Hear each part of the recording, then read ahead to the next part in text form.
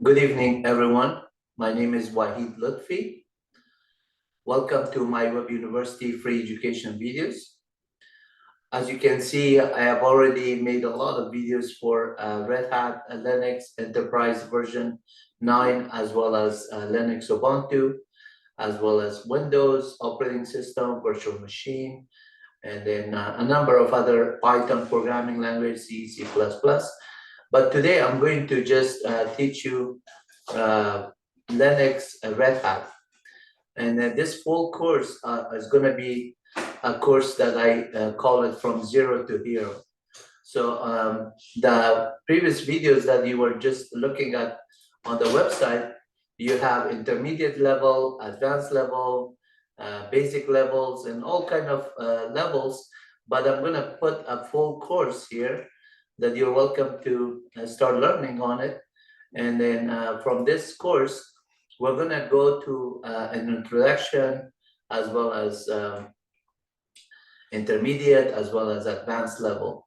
So let me just go through a slideshow first on this PowerPoint presentation. As you can see on the title of the course is From Zero to Hero. So you're going to learn the basic. It doesn't matter what level you're currently on a Linux distribution of Red Hat. Linux has a many distribution. One of them is Red Hat. The other one is Debian, for example, Fedora. All of those distributions, they have produced a number of flavors of a version. Just for the Red Hat, there's Red Hat CentOS, which is community edition of operating system for the community that went end of life on CentOS version 8, and it was migrated to Rocky version 8.0. And Red Hat has been on the market since back in the Linus Travers time, 1991, 92. And then recently, a few years back, IBM acquired it. So now it's under IBM. But the one that we're doing here is the Linux Red Hat distribution, and it is the enterprise level 9. Because long time ago, when they started in 91, they had the Red Hat 6 and 7 and 5 and 3, and all those versions that they had at some point when they went to Red Hat 9, then they came back to that enterprise level, and then started with the earlier version like 4, 5, 6, 7, and 8, and then now it's the latest one is 9. So you're getting the latest and greatest in this course. And then we're doing it on a virtual machine here. The virtual machine, I'm going to show you the basic of Linux, as well as intermediate level, as well as advanced level. So that's why I call it From Zero to Hero. This course, you're going to learn the basic commands level, intermediate level commands, and then advanced levels, and then write maybe some shell scripting, compile C, C++, programming, all of that. When you do open up a X window, as you can see, the user friendliness of Linux is similar to Windows. They're both user friendly. You just have to learn it. They become your best friend. Long time ago, I remember I had a student at National University. I was teaching an operating system class. He pointed out to a $sign on a Unix operating system. He says, Wahid, if I want to print file, how do I do that when all I see is a command line $sign? I don't know the syntax of the command, and I don't know what is the name of the printer. All that information is hidden from me. It is not user friendly at all. And I said, yeah, it is user friendly if you start learning the commands, and it becomes your friend, your best friend. So the option that you have, whether you type an LPR command to print it, or just go to a file manager and print it, that option nowadays is on both on the GUI interface as well as command line interface. So that's why I'm showing you this course, full course that is from zero to hero. By the end of this course, you should be a hero, helping yourself and helping your co-workers, maybe mentoring other people's by the work that you do. and start teaching other people, helping others, as well as do great at your job or school when you start watching this video a few times, and you will learn a lot, believe me. So the Red Hat Enterprise Linux 9, in order to get the software, you have to visit the Red Hat website, which is redhat.com or developers.redhat.com or access.redhat.com. I'm gonna go through those ones and I show you how to get the ISO image, DVD image, how to install a VM, and then once you do the installation of Red Hat installation as a virtual machine, as you can see here, I'm running as a virtual machine. But normally, if you have a DVD or you have a Kickstart in your company or an organization that you work for, you could just install the software through either your Kickstart or automation, or maybe VMware environment, or maybe cloud Amazon Web Services, or just a workstation that you just have a PC or something and you want to just do instead of Windows, you just start off with a Red Hat or Linux Ubuntu or a Unix machine like Solaris. It's your choice, or Mac, you're running it. But on top of the OS that you have, like for example, you can see I have Windows here. This is my Windows desktop. And if I go to here on the command prompt, I look at the system information, it's Windows 11, which I am going to show you later on this one. And then on that one, on top of it, I installed VMware for VirtualBox. VirtualBox is free. I install it and then I can build this VM. One of them that I'm going to show you is Linux Red Hat Enterprise. The other one is Linux Ubuntu. And the other one is VM is Solaris. And then you can do Mac even. So at this time, let's just go to these slides, and I'm gonna present you the slides, and then I'll just walk you through each of those steps. Like for example, the structure of this course, I'm organizing it to have at least one maybe hour for the introduction and basics and installation, another hour for Linux basics, which is together with the introduction, and then another hour is intermediate level. And you are welcome to watch my other videos for full details for each one of them on some of the commands that I may just not have enough time to cover all the commands, because there's about 6,600 technical documentation that I have already produced on my website as a PDF that you can look at it. And those informations pertain to some kind of basic or intermediate or advanced levels. So if you are looking at that one, I'll go through some of the commands, not all the ones that I have covered on Linux Ubuntu, for example. I'll cover some of them on Red Hat Linux as individual, but as time allows, I may just have to have a third video or more for the same kind of like whatever is not covered. So as you can see that since 91, they started with all these kind of distribution. So it is kind of hard to just cover or summarize in a few hours or the entire Linux operating system or any other operating system. So the Linux distribution that we are talking about, in this case, we're talking about Fedora and Red Hat distribution, but there's other distributions like Debian, CentOS, not CentOS, sorry, CentOS is part of the Red Hat, Debian, OpenSUSE, and then there's a lot of other ones. You have to go to the sites and then check on them. But the major ones that we are going to cover is Red Hat, and then we already have another book that I wrote, which is all online on the mywebuniversity.com, my website. It's a secure page, secure web server that I have this book online called The Direct Path to Linux Ubuntu. The reason I call it The Direct Path to Linux Ubuntu, for each chapter, I give you a direct way to learn a Linux Ubuntu version. And then I give you even examples. So like, for example, if you go to basic Unix and Linux command on chapter 2, you will be presented with 33 commands of Linux and Unix that you could just practice it online at my website. You don't need to install Docker, you don't install VMware, you don't need to install any cloud computing or anything that you could say, well, do I need to have an Amazon account to just use your website? No, you don't need anything. All you need is an internet access and a web browser. The rest of them is all handled on my website by my Python program or Perl program or C++ or Bash or Shell or JavaScript. All that one is going to present you the interface, and you're welcome to practice them. Similarly, for intermediate level Unix, I have all of that. And then for advanced level Unix, I have that one.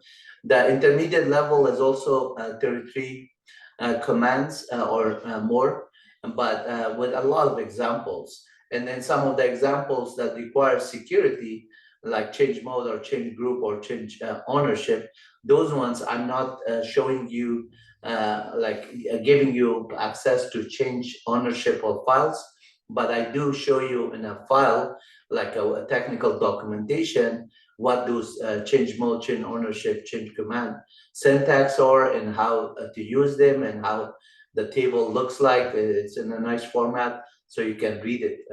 And then there's also manual pages for all of them.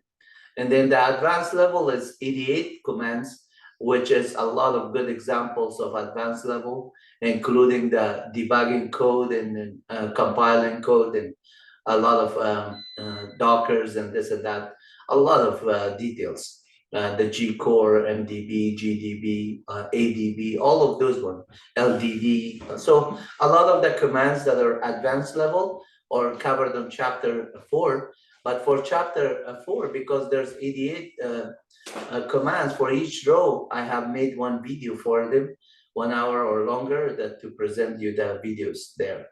And chapter 5 is the Unix shell scripting. Chapter 6 is Apache web server installation and configuration. And chapter 7 is manual pages for Unix. And then chapter 8 is the manual page in PDF format that I wrote in Python that parsed all the HTML code or text manual pages into a PDF file. So it is 6,600 technical documentation online for you, available for free. And I want to thank you for watching this one, but we're not done yet. We just barely started. We're just looking at the videos in terms of the PowerPoint. I'm going to go next into the actual website and everything else. So let's get to the website. So as you can see on my website, I have these videos, but I'm gonna go actually to the website itself. And this is my Web University free education videos for YouTube channel. And this is mywebuniversity.com, with the books that I was telling you that it's all online for each one of them. And this is gonna come next later on. But for now, let me just move this so I can see the rest of them.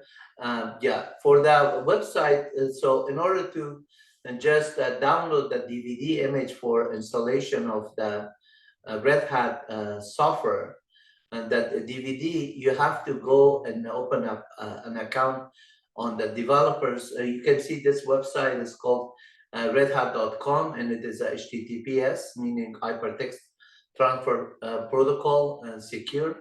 S for certificate is secure, and you can see this lock key. If you click on the lock key, it says connection is secure, and if you can click on the secure, you can even read the certificate, say it is issued to redhat.com, and that means all the information between you and the web server of Red Hat is going in a secure encrypted SHA-256 here.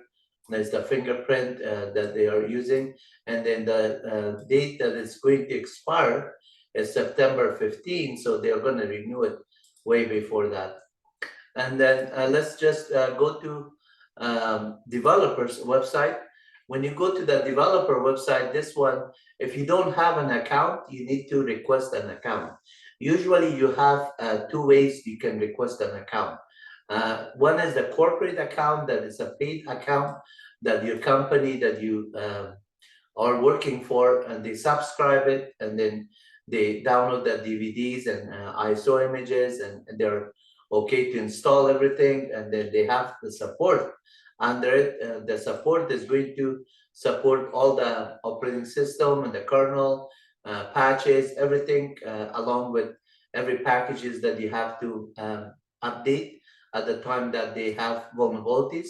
Then you can use their Red Hat repository to just completely update your system. And that is a paid subscription.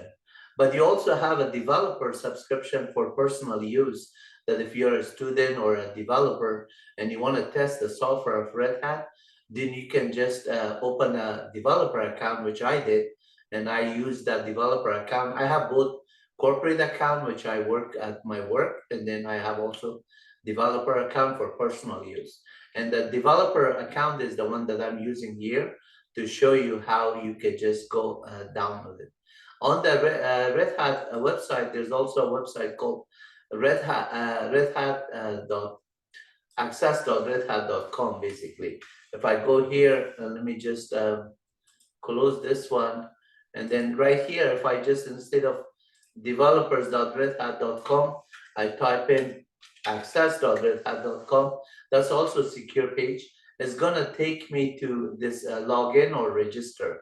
So if I have already logged on, I have opened an account as a developer, then I provide my email address and password and type it in, and then just go ahead, and then I'm able to download the ISO images, and then go to Red Hat portals and so on.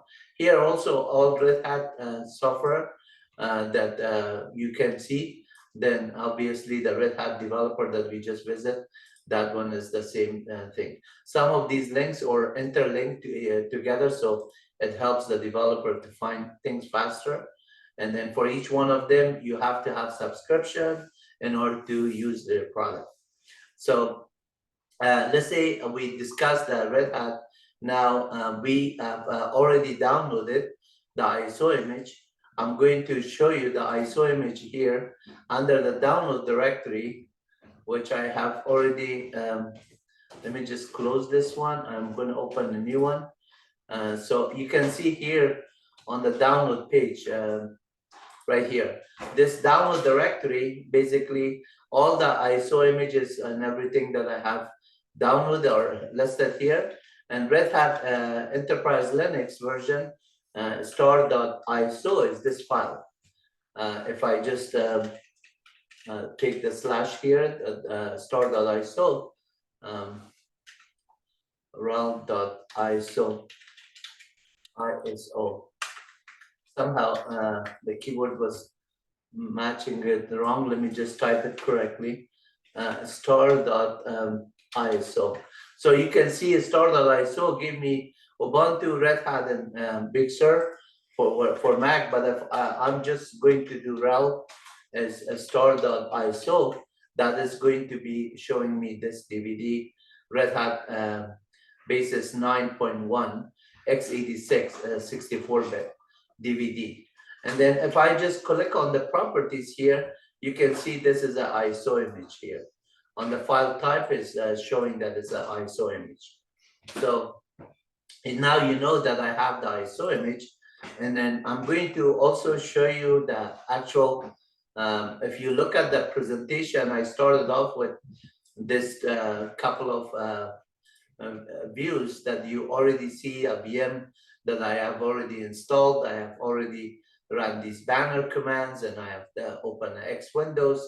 But in order to show you the actual VM, remember I said that the host operating system is, in this case, is Windows operating system. You can see Microsoft Windows. So if I say system, you can write uppercase on Windows or lowercase. It's going to translate to Windows uppercase command.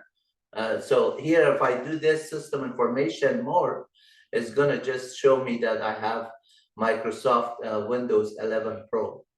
And that is telling me that the name of the host name is algorithm, Microsoft version, and then the build is 10 point this 26 28 22 621, whatever that number is. It's hard to read.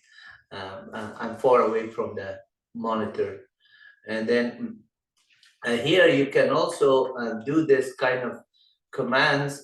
So if I just say, okay, clear my screen here, just to say system info, and then what is important is what kind of resource you have. So the operating system, I say find a string, and then here, and say /i, and then OS name. This is gonna just tell me, sorry, clear screen, find a string, there is no I here. And then, so the /i is meaning ignore the case. You can see that it is Windows the 11 Pro. And then if I just want to say the model name, the model is important because when I downloaded the DVD, I showed you that it was x86 64-bit. So this is the model here is, this is also Intel 64. That means Intel 64 is x64-bit. You can also look for the word processor.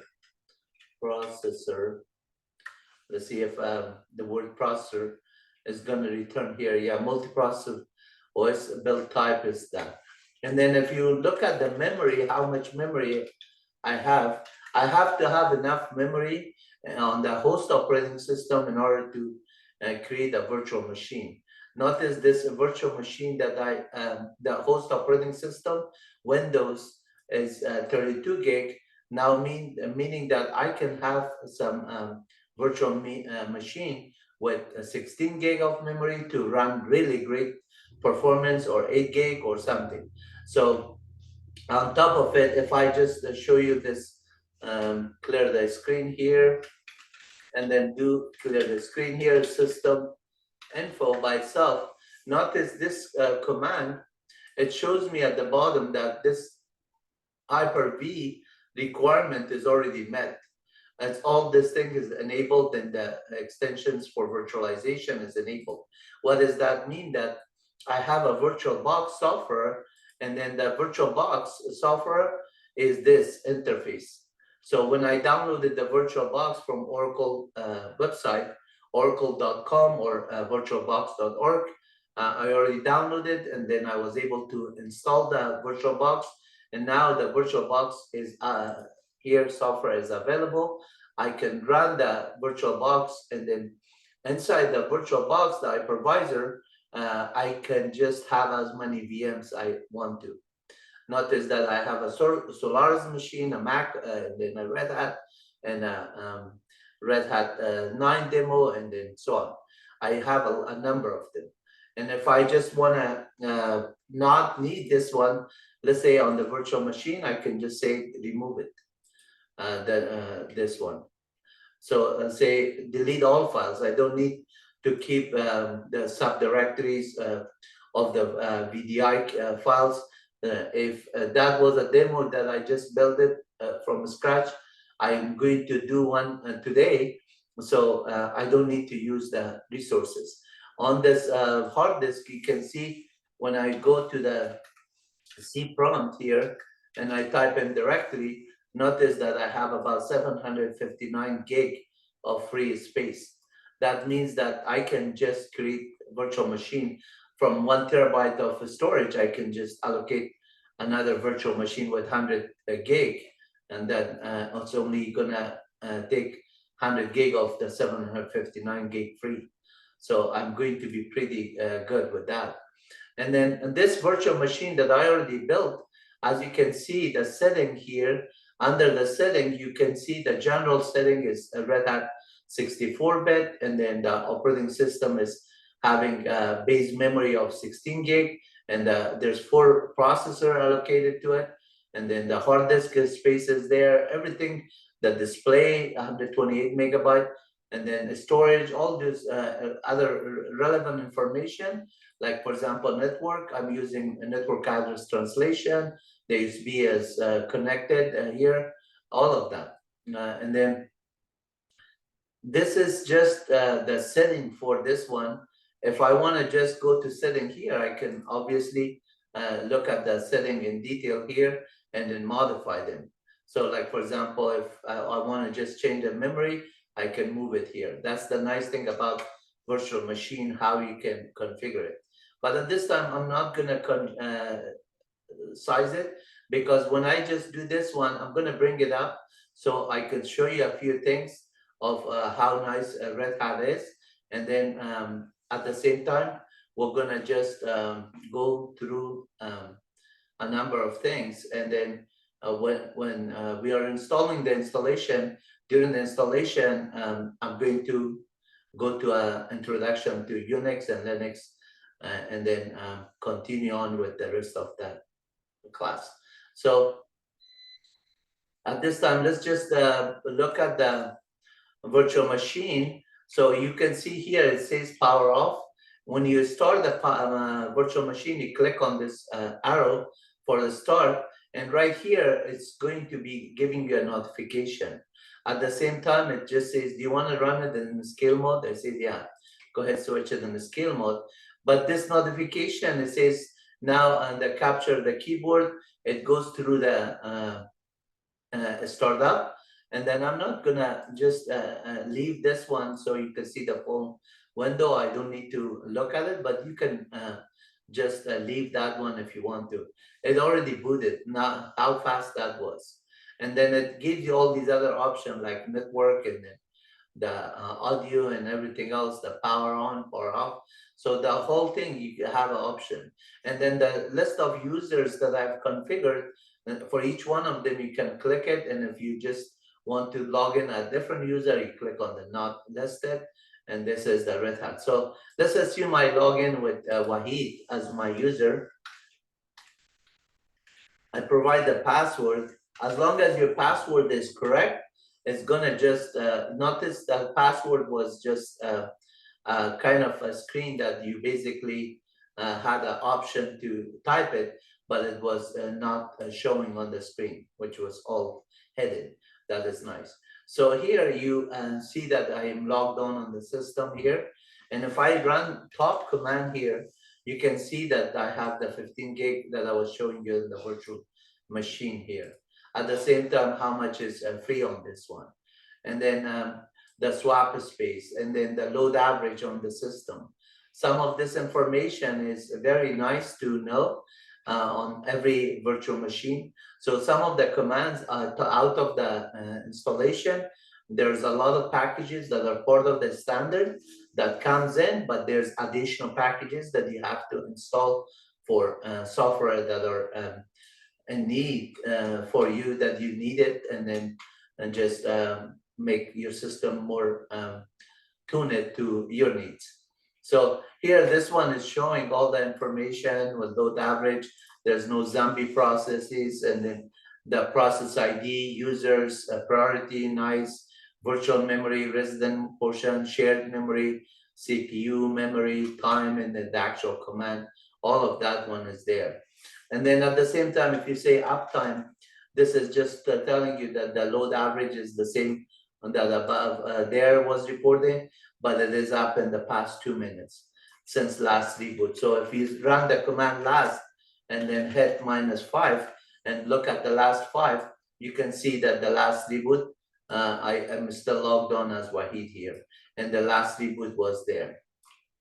So if I say who am I can see that I'm logged on as Wahid. So who am I with this space, without the space, it tells me that I'm logged on the local machine as Wahid. But who am I? If I had a SSH to a remote machine, then this one will give me the IP address and the display of the remote machine. So here, if I just say clear the screen, ID-UN, or ID by itself, it gives you everything with all information, that user ID, group ID, and so on. But ID-U give you the ID number and number. ID-UN give me names, ID-G give you a group, ID-GN give you a group name. You can also say get n password Wahid. So this information is there. But I'm going to show a lot of this thing when we just do the installation also. And so let's just not bog down here with all the information that we're looking at. We're going to do the installation. At this time, let me just shut down the command. Before I shut down in here, say, let's say I say banner, shutting down the system. So if I just do this one, say I'm a banner, shut down the system, notice that this information is done. But notice that this information is parsed in a way that it is not showing on the screen as shutting down the system in one command. So the reason that is done is that I have to put this one like in one command, and then this, and then this one is in one. So this the shutting down is long enough to make it argv sub 0 or $0, and I mean $1 argument for the banner, $2 argument for a banner, and $3. So there's 3 argument now. It might fit a little bit if I just resize this one. You can see shutting down the system. So how do I shut down the system now? I just say shut down -H alt now. Clear screen, shut down -H now. So notice that I type in the shutdown command -H halt in now. Now meaning at this time halted. Don't just wait for me immediately shutting it down.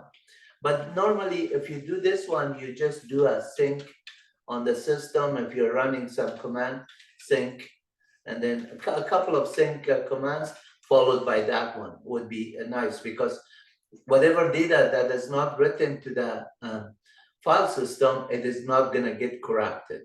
So you can run sync 3 times, and then it's going to run those commands before it shut down the system.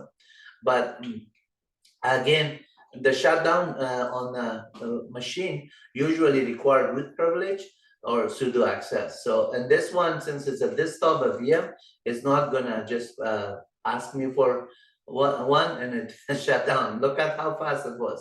Now the machine is power off. So I'm going to have this machine power off. Now, if I go on my desktop here on the task manager, and since I'm running a Windows operating system, on the Windows operating system here, if I look at all the resources that I have here, let me just make this screen bigger. It's kind of hard to see some of them because this other screen is blocking my views.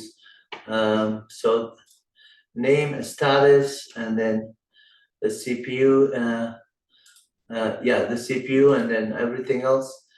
Let me just resize I think I have to resize the entire desktop here a little bit. It's too big. So the way you look at it is under the display here. You just say what you're looking at. Notice this is 150. I'm going to make it 125. And then I'll change it back after I could see the task manager fine. So now I have this view, and then if I right click here and say task manager, notice this task manager now have other views that are here for like you can see the CPU here, and then CPU usage, and then how much it is.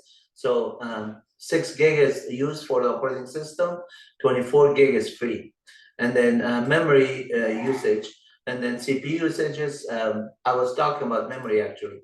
The CPU usage is, you can see it's very much available. So I have 8 cores here. 8 cores, that means I can go here under the device manager, on the device manager on Windows, and I could say that what type of processor I have. Here, as you can see here on the processor, right here, under processor, you can see I have the 11th generation Core i7, and it's at 3.4 gigahertz, and I have 8 of them, right? So I'm going to just make the display a little bit bigger back because I don't need to look at those ones yet.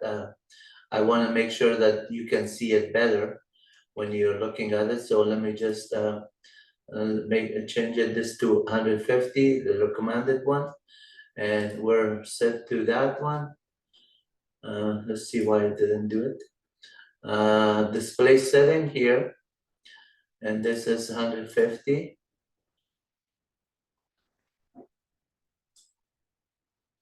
Okay, and yeah, so this is okay when you make it bigger. This one is the Bedwise, it's a sedge connection. I don't need to use it at this time. Now I'm back on the VirtualBox here. So in order to create a new VirtualBox, I have the VirtualBox environment here. All I have to do is click on the new here. You see this new button, I click on this one, and then it's gonna come with this dialog box, and then I'm gonna say the name is, say, from 0, let's say from 0 to hero. That's too long, right? To hero. So I'm going to, instead of making it that long for the host name, I'm gonna say the first character of these ones, from 0 to hero. And then Z to hero. And then I'm gonna just say, that's too much of not a nice name. So let's just make a nice name for it and say algorithm. Algorithm, I'm gonna call it algorithm. For the mathematician, Persian mathematician, Al-Khwarizm. Al-Khwarizm, Muhammad bin Musa Al-Khwarizm, was the Persian mathematician, was the 7th century that he lived in Baghdad at the time. Now it is known as Tajikistan area, that area, or the Persian mathematician that was called Al-Khwarizmi. His last name, his first name was Muhammad bin Musa.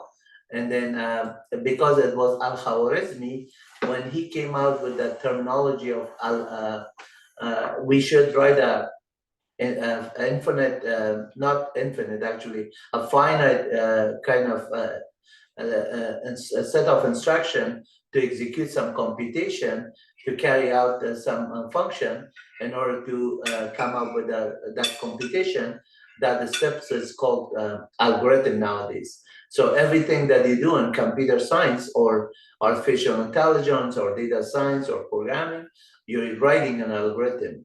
And the term algorithm came from his name, Al-Khwarizm. So I'm going to name it algorithm for the name of the host name here, and it's a great memory. And then this is the directory where the VM DK files and configuration of this virtual machine will be created. So if I go on the users Wahid virtual VMs, there will be a directory here. And then let me just show you that directory here. So go back here on the main directory under the this PC users Wahid, and notice there's a VirtualBox here, VirtualBox VM. At this time, I'm just creating this VirtualBox, and you can see that there's no algorithm directory structure created here. But once we start saying that, go ahead, create that one under this virtual machine, and then the ISO image, I selected from the ISO image that I showed you earlier from the download, and the one that I'm using is for the Red Hat, which is this one. This is Red Hat base 9.1, and it is under the download directory. As you can see, the extension is .iso, which is the installation image file for DVD of Red Hat Enterprise version 9. So this is all good on here. and then it says escape unattended installation. Yeah, we are okay with that one. So every other options, we checked it here. That's good. Now we're gonna click on next here. And then right here, it says, you wanna create a username? I'm gonna create a username called Murtaza. Murtaza. That's my son name. So I'm gonna create that user, and I just need to provide a password. The password is secret, so I'm not gonna tell you. You have to make sure your password is strong, and it's a combination of uppercase and lowercase and some numeric characters, as well as the special characters.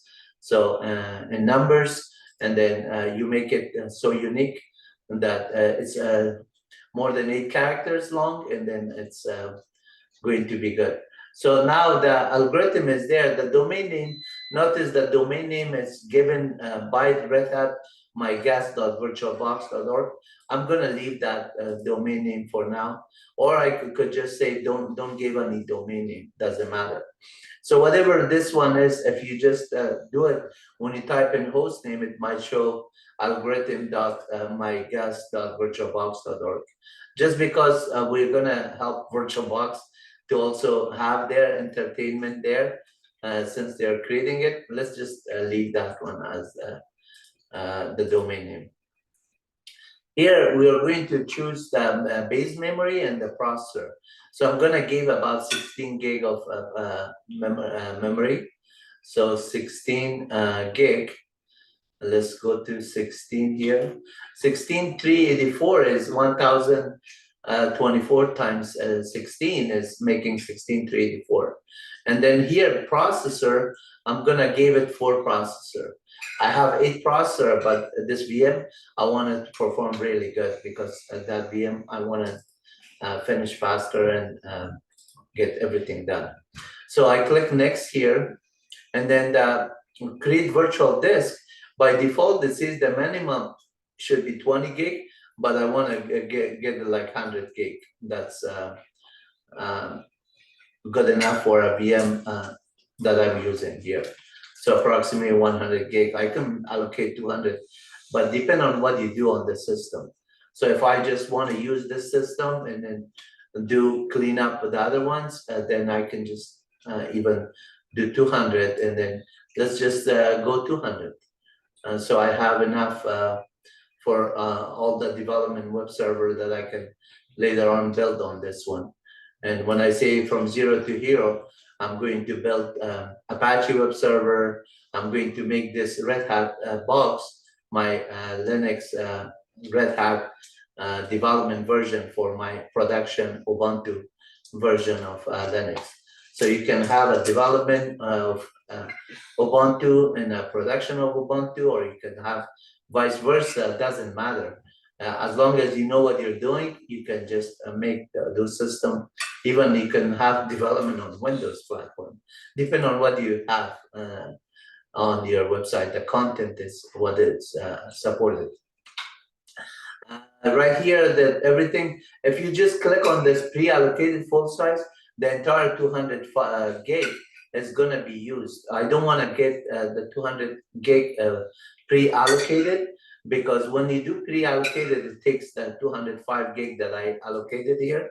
But when you just leave it off on this one, it's gonna just install the VMDK, which is about 13 gig altogether, and then the configuration files and the data files, all of that information will be installed, about 13 or 14 gig, and the rest of them dynamically grow or shrink based on your files system that you create on it or delete it.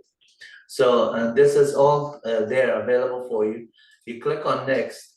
Now it gives you a summary of all the file system, processor, memory, and then disk space, everything all together. It shows you, and the ISO image that you're doing it. You say thank you, go ahead, finish it.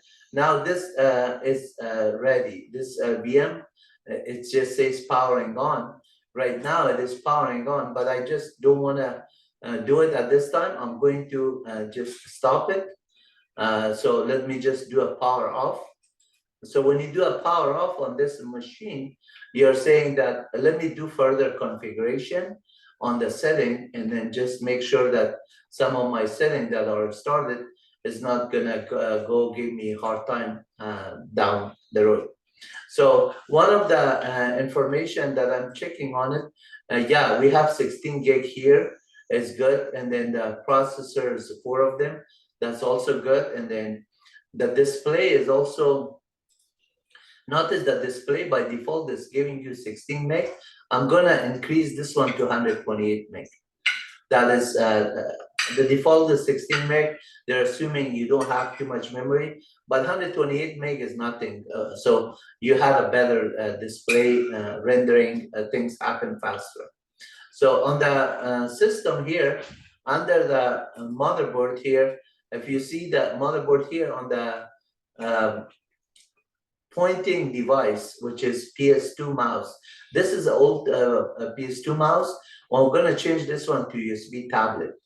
The USB tablet is going to give you a better kind of connectivity with mouse, everything. That's why I powered off. I changed this one to USB and tablet. Now, when I go to do the start, it's not gonna just give me a hard time when I click on these buttons. Not this, it says powering on. So it goes there and then it goes powering on. At this time, I'm gonna go to a scale mode here. So let me just close these ones, and it's gonna just prompt you here. And then if you look at the view here, you have this option of full screen or scale mode. So if I just say go ahead to scale mode, this is good enough because you can see on the background the VirtualBox. And then this is just going through the installation part right now. As you can see, it says welcome to Red Hat Enterprise and Linux. So this is a couple of menus that we have to type in here. I'm gonna say continue here. And then the keyboard, I'm going to choose the English. And then the language supported, I'm also going to say English. You can see when you click on done, these are very easy to do. Time, I'm gonna do Pacific Standard Time, Los Angeles. So when I click here, you see it comes America, Los Angeles, Pacific Standard Time. So that's PST, Pacific Standard Time.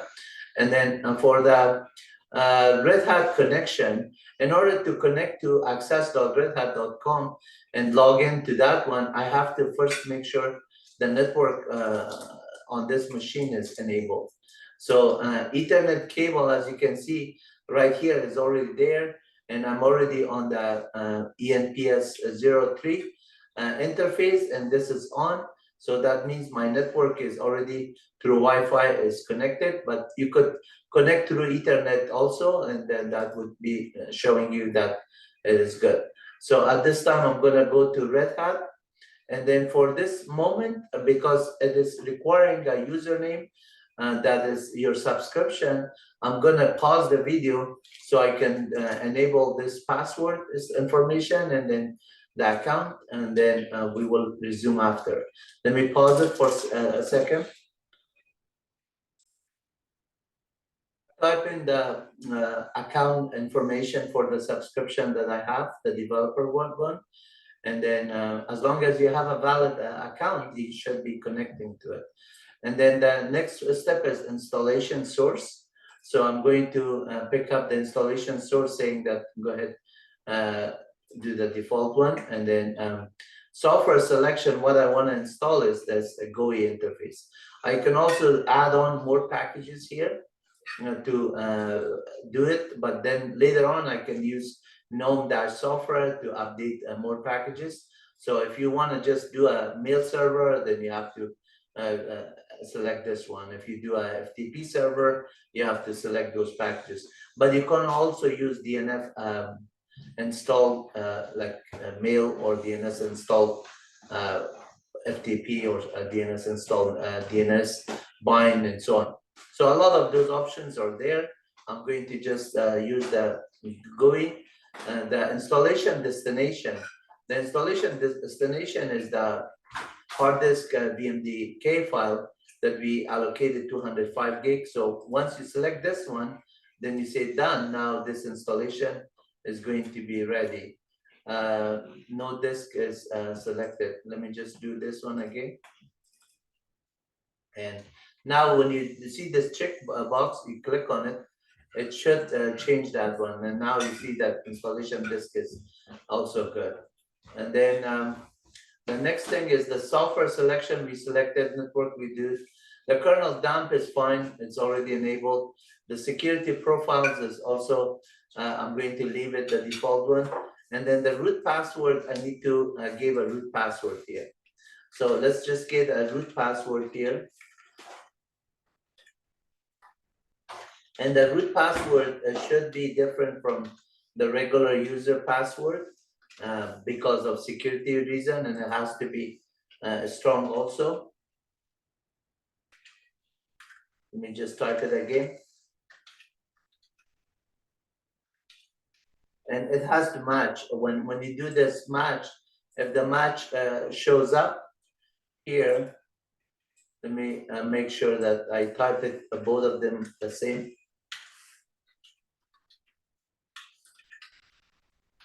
And since it's a number of characters, a lot more than 8 characters, and it's a lot strong, I want to just make sure I type it correctly.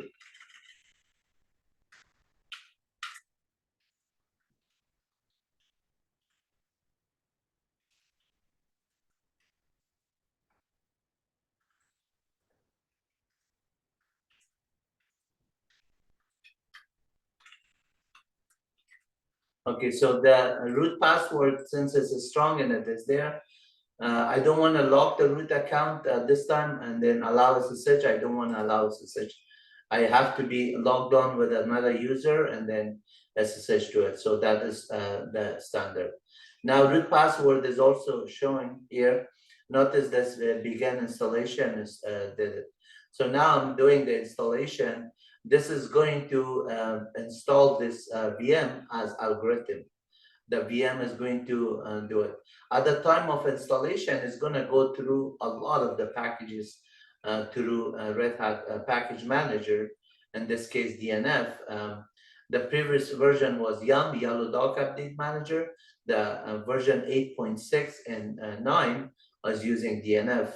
YUM is still like symbolic link to DNF, but will be deprecated after a while, a few years from now.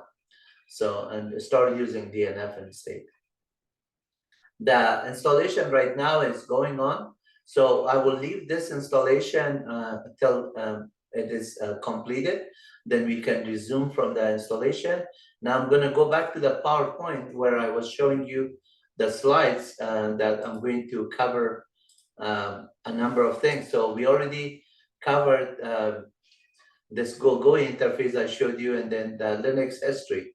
So Unix and Linux history, I'm going to go to my website, and then I will cover the Unix and Linux history. And then once the installation is completed, then we will just come back to introduction to Linux. So let me just minimize this window, and then as this one is coming, I'm gonna go to my website, which is mywebuniversity.com. So as you can see, this website, I built it since 2000, and it is a secure page also, HTTPS, and it's the log you can see here. It is a valid certificate that this connection is secure, and it is issued to mywebuniversity.com. As you can see here, it is mywebuniversity.com, and then so all the data that you're looking at, it is going through the same SHA fingerprint that was there. This is going to expire next year in February, that I have to renew it again. But until then, I am having all the website in a secure page. This is my main page, but if I go to the second page of the website, you see this name called the Direct Path to Linux Ubuntu. Never mind these banners that are coming from Google. You're welcome to watch them or like them, or just maybe purchase something on Google. Honestly, I used the website, and then there was some banners showed up for this many PC that I really like, that currently I'm using on this one, and the hardware and everything is just stable, and then the operating system in Windows 11 has 32 gig, as I showed you, a lot of 8 core processors, and I'm running it pretty good with all the software installed. Sometimes these banners are giving people and students some kind of free classes or cheaper in price, so you're welcome to use them. But the direct path to Linux Ubuntu, this book, I told you that I have it online for free.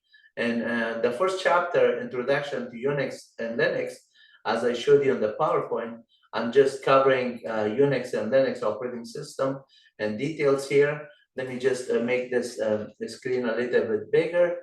As you can see that right here, I have a number of manual pages. Like if you click on here on the PDF, there's about 6,600 PDF files that I produced for man pages of section 1 through section 9. As you can see here, this is section 1. And then if you go down here, each of these ones, or this is section 8. There's a lot of the details on a very nice table, section 9 and section 7 and so on. All of them are 6,600 PDF files that you can just get this information from. So going back to, and each one of them you click, for example, if you click on file descriptor, LD command, I see FD rather than LD. LD is like the loader, the GNU linker, and that it actually links the object files and the executable file together in order to just compile it. So you can just look for any commands here, Control F, and say, for example, let's say we're looking at uname. You can see that whatever number of uname shows up here, if you look at this one for the arguments, and the uname is right here, and then you start reading the manual pages for it and practice them. But going back to my website, I also have this Linux and Unix manual pages. Sorry, the same page that I just clicked again on it. There's also, you can search it on Google, but there's Windows stuff. But before I go to this documentation, let's go to the invention of the operating system. So this one is basically show you here the invention of Unix operating system. This was back in 1969 at the Berkeley, not at Berkeley, let me small size it a little bit.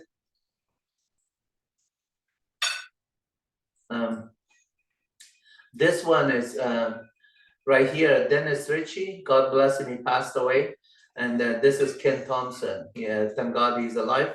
They're both were working on the Bell Laboratory of AT&T version, and they come up with Unix version of AT&T, called the AT&T version of Unix at Bell Laboratory, and back in 1969.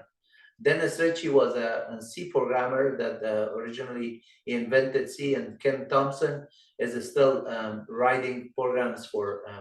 He is also a co-author of Go language, so still works on these environments here. They came up with the AT&T version, but there's another one that we're talking about. This that was Unix. There was also a Linux that was introduced back in 1991 by Linus Torvald. It was a Finland student back in 1991 that they came out with this project. And as you can see here, you click on this history, or you could just go, I mean, you could read the wiki page here, but some of these wiki pages is not going to help you as much as you just search it on Google. So if you look for Linus Torvald first contact on Linux, this is the actual email that he sent to the development community that he is starting with a Linux version on a 38680 clone, and he wanted to just test some of the information, so you can do GCC compilers and run some code and test it.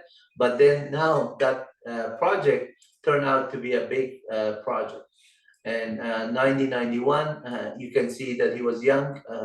Now he's premature, pre-adult, like a mature person, doing a lot of the development and running the big companies and everything. So at the time when he started, Linux started from 0, now it's to hero. It's the whole Linux is now no longer just startup companies. It is just it matured very, very fast, and it is back in 2003 now. Now we're working on Red Hat version of it.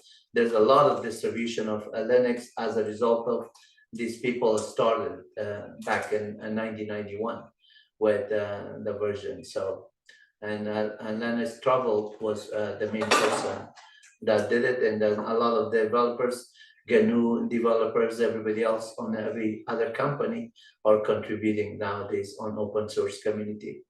I'm one of those people also. So let's look at the option that we are going to look here. And then now I'm going to go back here to see the installation already completed. That's a very good timing. So it says complete here, and then it says reboot the system. Notice here it says that you want to agree on the license. We can click on this one after the reboot and then just go through the installation.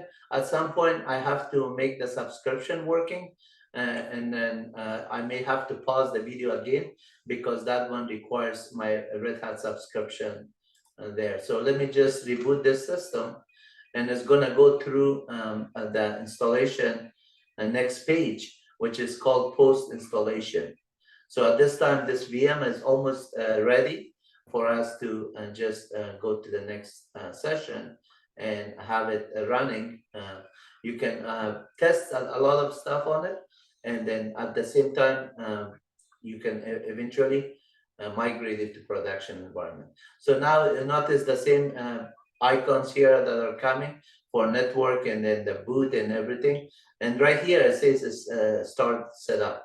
So I'm gonna go start the setup. The privacy is on. I say that's fine.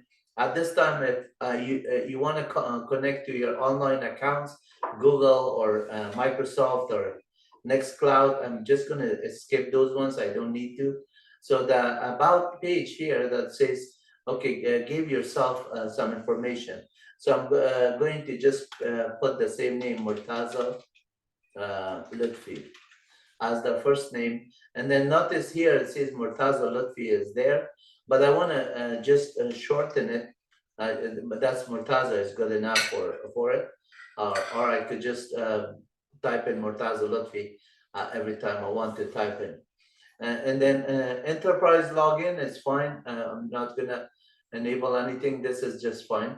So I'm going to say this, and then the password for it, I'm going to just type in a password. It is not the word password, but it's going to be a password that I'm going to make it strong enough. So let me make sure that, so the password right now, this is a weak password, and I'm gonna just make it a stronger password. When you see that password is weak, you just could make it a stronger password. Let's just see if this other password that I would do. It is kind of not that strong, so it's orange. I'm gonna make it a stronger one.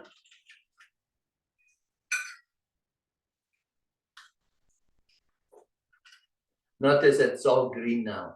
So that I'm going to use that as a password.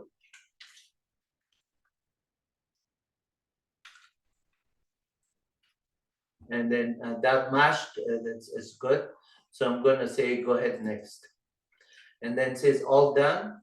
Start using enterprise Red Hat. Now it is going to go through the installation. At this time, if you want to get a tour, you can click on it. If you're familiar, you could say no thanks. Let's just click on the tour, and it's going to go through a number of software, like start the tour, see like what the tour is all about. System is not registered, this one, because of the subscription manager has to be enabled. I'm going to do that one after we do through this tour. So the tour, if I just click on each one of these ones, you can see that it goes through these steps, like what are there, and then as you go through them, it will just tell you some of the features that are there, right? So at this time, I could just use my mouse and everything. So I'm going to be not interested in the tour. I'm going to quit the tour here. And then here it says that you need to do subscription. So the subscription part here, I open a command prompt here and then say, go ahead, open this command prompt. And notice that here I say ID, it says that I'm Murtaza, ID-UN, it says you're logged on as Murtaza. ID-GN also shows you your group as Murtaza also. So at this time, if I just wanna become root, I could, if I say subscription manager, subscription dash manager list is going to say that you need to provide the password, but I don't want to do the root password. And let's just type in the root password here.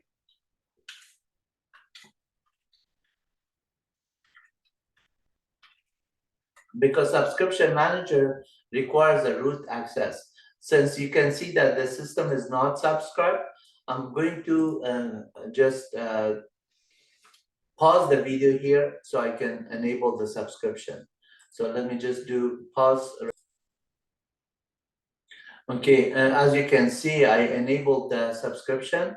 I subscribed it, and by running the sudo subscription dash manager space register, and then sudo subscription dash manager attach, I attach the subscription, and then now I'm doing a list here. And as you can see, it says register successfully. But as you can see that the DVD that I downloaded, the subscription account was good from May 5 of 2022 until May of 2023, which means in a couple of days, now it's 5/5/2023, in 4 days, I have to renew the certificate again. That way I can have it for another year. Once you just have a developer account, you can just enable renew it after every time you just have that developer account and doesn't expire. So this is good. That is available for me now. The system is there. I could just say, okay, this is good. I'm done with this. The next thing I could do here is that if I want to just use the full system here under the option here, if I just click here, I can do it, or I could just go minimize or maximize there. Let me just shut down the system one more time. Actually, before I shut down the system, I'm going to show you how you become root here. So you can do this one, su dash. You can type in, and now I am a root here. Or I could do su dash root. This dash meaning that change the profile to the root profile as I do it. If I don't do a dash, then it's going to take my current profile. So now I type in the password of root.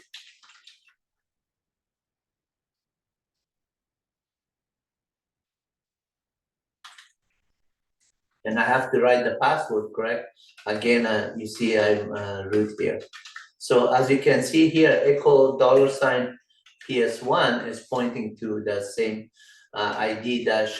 ID-UN is showing that this user root, host name is localhost at the local domain, and then the print working directory is the current directory of root echo $ pwd is pointing to the same one, and echo $home is the all that in uppercase when you type in these environment variable. And Unix is case sensitive, so whatever is the case, you have to type in that case. So here I'm going to do a clear screen, and then now we know that our subscription manager, since I'm root here, I don't have to type in sudo in front of my commands. So I can say subscription manager list. And then since I'm root, I can run other commands. So by default, if I say DNF list, you see all the packages that are there that are going to run, and it shows me all the packages that are currently installed. If I say how many packages are there, I do a word count minus L line numbers. There's about 6,714 packages. So if I just want to see that one, and then also say, okay, I know how many packages are there, RPM the list, RPM list RPM is not a list, RPM-QA query all is going to give you a list of all of them. So word count minus L, how many RPMs are there, you can see 1,182 or 92 numbers there. So all together, that many packages are there. And then at this time, I want to just do a DNF update. DNF requires a few commands. One of them is DNF update. But before I run the DNF update, let me show you the graphical interface, which gnome-software. This one is the graphical binary that file user bin gnome-software. This one is the binary that actually will show you when you run it in a graphical interface, a gnome-software software. This one will just run, and it will give you this browse the software, and then all the options that are there for you. You can just say that, okay, you want to explore, or you what is installed on the list. These are all the list of the software that are there already. Like Firefox is installed, files are installed. There's a lot of stuff that already came with it. Disk usage analyzer, document viewer, cheese, whatever. And then explore if you want to just go through more software to just download it. But if you want to just click on the update, because we did the post installation, now it says you want to do OS update as well as Firefox update. So then it says that it requires a download of those ones. I say go ahead, download them, and then install them. This is similar to Windows update or Mac update. When you're doing it from the GUI, you have those options, and then it shows you what packages needs to be done. The same software update that you're doing it, you can also do it from command lines. And from command lines, as you do this one, you run the DNF or yum. On Red Hat 8.6 and 9.6, you run DNF command, but on a prior version like 6.6 or 7.6, you run the yum, yellow dog update manager. So in this case, since we have the software update is running here, I could also, since the operating system multitasking, I can open another terminal here, and then just click on this plus here. Notice that I have another one. If I want to go back to my tab that I want to see the software update as it's going through the process, I can look at it. And then if I just want to open another one, I can open another one. If I want to close this terminal and just look at the second one, I can do it. And then you can also make it bigger so it's more readable here by pressing Shift plus Control plus. Based on your keyboard, it will do it. And then sometimes you have these menus also to just minimize the window or maximize it, move it, and then resize it, and however you want. So here, if I say sudo su dash, notice that it's going to prompt me for the password of root or the account Murtaza.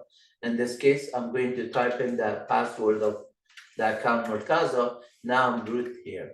So if I say DNF update command here, this is equivalent to running this graphical interface that we're doing here. And the graphical interface here is still downloading the software. It is doing all the information.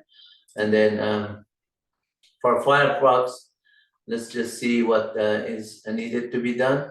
And for this one, it says that go ahead, do this for the OS update. It is processing a lot of them.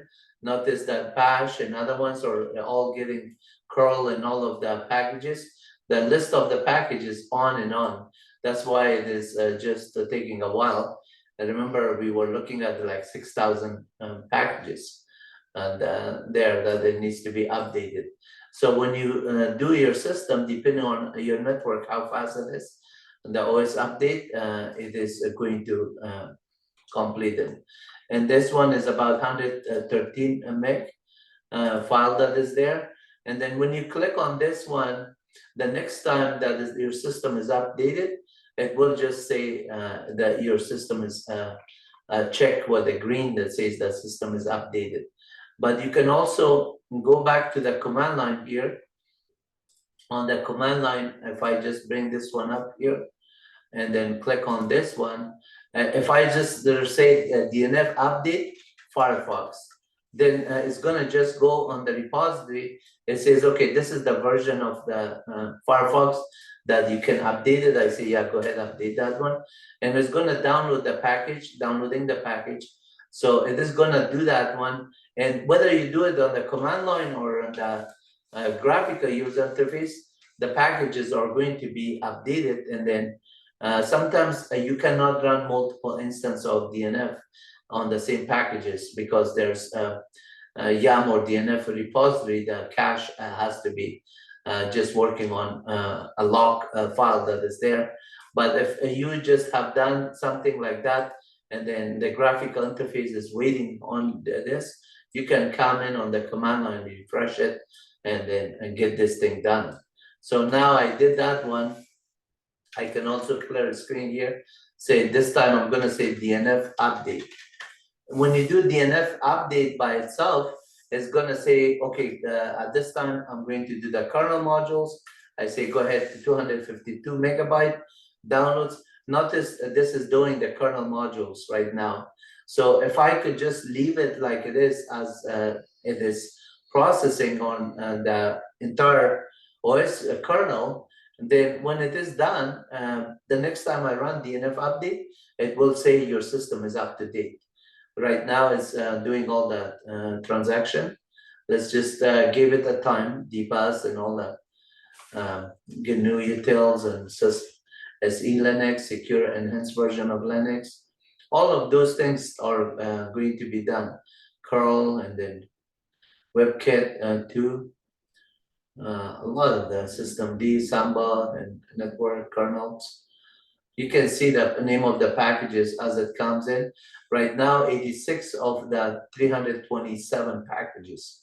And each of these packages, there's thousands of function calls in it and programs and other ones that comes with it. Just for Python programming language, and there's a lot of things that comes in. For GCC, for G++, all of them. So now we're almost done. Look at the 327 of 327. Kernel core is the last part. And then it is doing that one. So when this installation is completed for the kernel update, the graphical interface should also go with a green mark check that is completed, because we did it from command line. And if you run the command line every now and then to do the update, then you have no vulnerabilities. But if you do have any vulnerability, your system is going to just be in degraded mode. You have to make sure that those security vulnerabilities are done. And then now notice that this is completed, grab 2 in a kernel 5, everything is done. So if I say a DNF update again, now it says the system is up to date. dependencies resolved, nothing to do, and everything is complete. So every time I run the DNF update, it will say the same thing, because my system is now all up to date. That's why it says nothing to do, complete, because that is there. So if I do a YAM, which is also symbolic link to the DNF, it's going to run DNF3, and it will say the same thing. So if I say which YAM, this was the previous version of Red Hat 7.6, and this is like file manager. So on Windows, that's all the packages that are there. It is going to check for them and is there. So file user bin YAM. Notice this one is symbolically linked to DNF3. And if I say file user bin DNF, that's also symbolic link to DNF3, but DNF-3 is actually binary executable Python script. Python script that is going to make all these other function calls for it. And then the entire Python 3, you can see word count minus L is about 62 lines. So if I say cat minus n, that file, all the 62 lines of that Python program are displayed here. So at this time, we have already done a number of software update and everything. In order for me to just start over again, I'm going to shut down this machine. And then before I shut down this machine, I'm going to look at this graphic port and then click on the install, explore, and then update. Now this one is just still says this. It should have said that it's updated. Now I'm going to close this one and then clear the screen here, say run the GNOME updates, software update again. This time I'm going to click on this and it's going to say your system is up to date. You can see here, it says your system is up to date. That's good. So we know that all the software that was listed here, we did it through DNF update and then updated the whole entire system.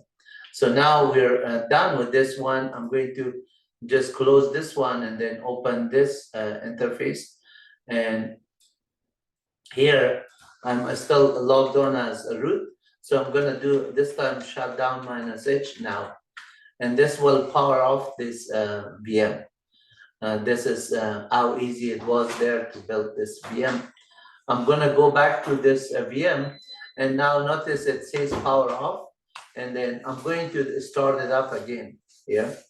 When I start it up here on this one,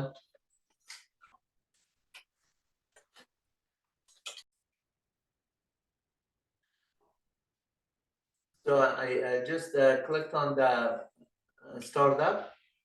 Let's see if this one is starting up or I need to shut it down. It looks like it is hanging. I'm going to just power it off first. It is right now not allowing me to click on any of these ones. Okay, so now the algorithm, the virtual machine is power off. I'm going to click on this start button to start it off. And then now, as you can see, it says powering off the VM. It's going to go through this screen here. This time, let's just open it in a view of full screen to see if I could just get the entire virtual machine in full screen mode. And then it shows up this one. So I'm going to log in with my account for the username Murtaza here.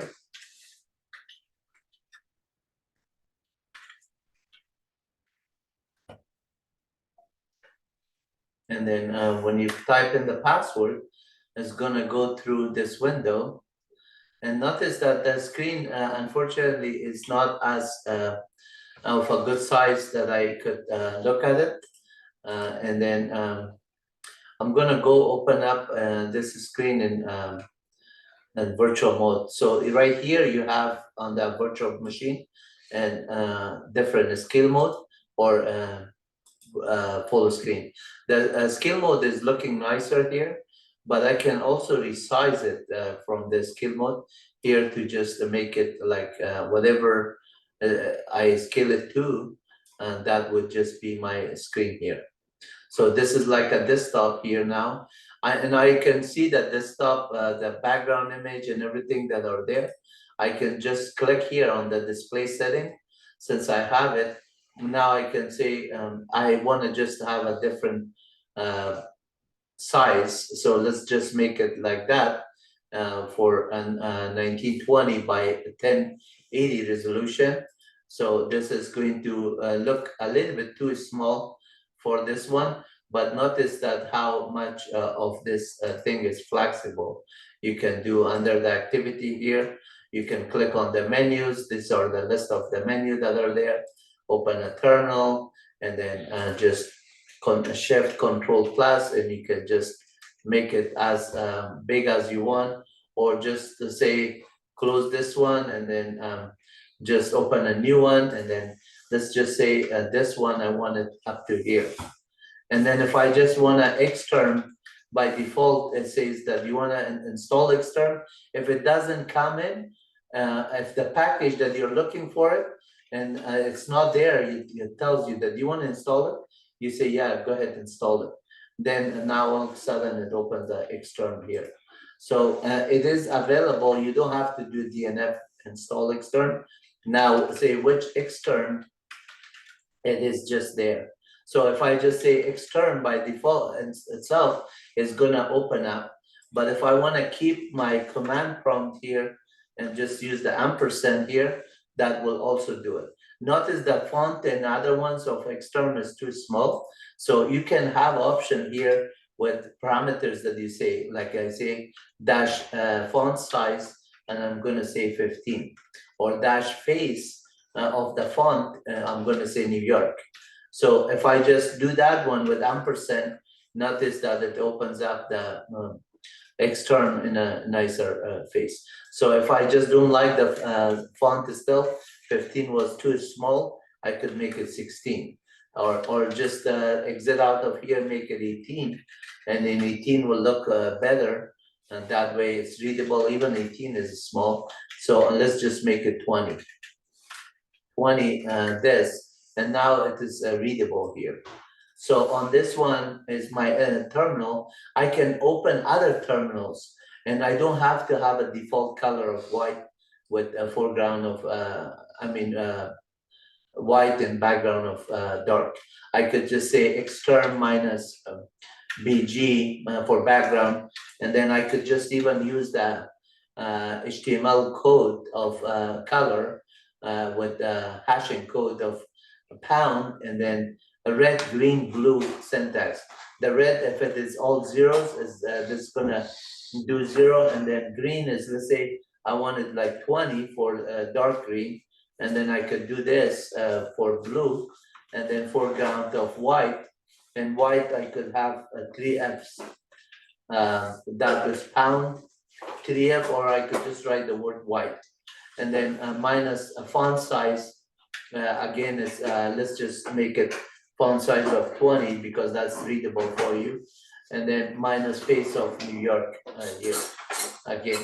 So if I just do that one, you can do sans serif and other fonts as well, but let's just do this. Notice this is going to return in a nice dark green color. So if I run the calendar command here, or calendar in the J format, you could do ID, uname minus A, clear the screen, df minus h, host name. These are basic Linux command I'm going through right now. Uptime, let's say who, free command, dash h and human readable, and then ls minus l, the list of the files, print working directory. You can say calendar minus B2. Let's say minus B2 is not recognized here. So that means I have to install ncal. So if I just say which ncal, ncal is not there, but which cal is there. So I'm going to say sudo dnf install ncal. And then I'm going to provide the password.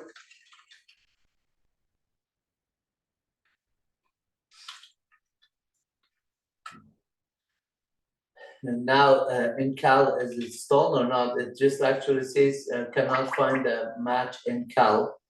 So the new calendar is not on this one. The new calendar is actually a Ubuntu version there. But why the cal minus B2 is not working is minus A2 for A is not working either. Man calendar. So that, oh, that this is Red Hat, sorry, that there would be a Ubuntu distribution. The -B option is not with Red Hat there. With Red Hat, you can also do something similar, as you can see here with this -3 and then the display 3 months spanning date, like cal -3 here. It will just say this is the current month and then give me that 3 there. Cal -5 with cal -5 is not actually, that's very kind of limited arguments options. But again, some of the options are not there. So like for example, banner, if you just say hello, this hello clear screen banner is not even installed. So I had to do figlets and other installation of this one to get done. And then in order to do that one, snapd and other packages, which you should watch my other video.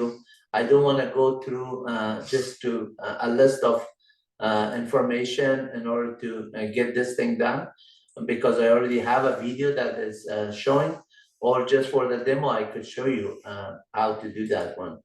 So in order to get the DNF running, let me just exit out of this one and just run this command.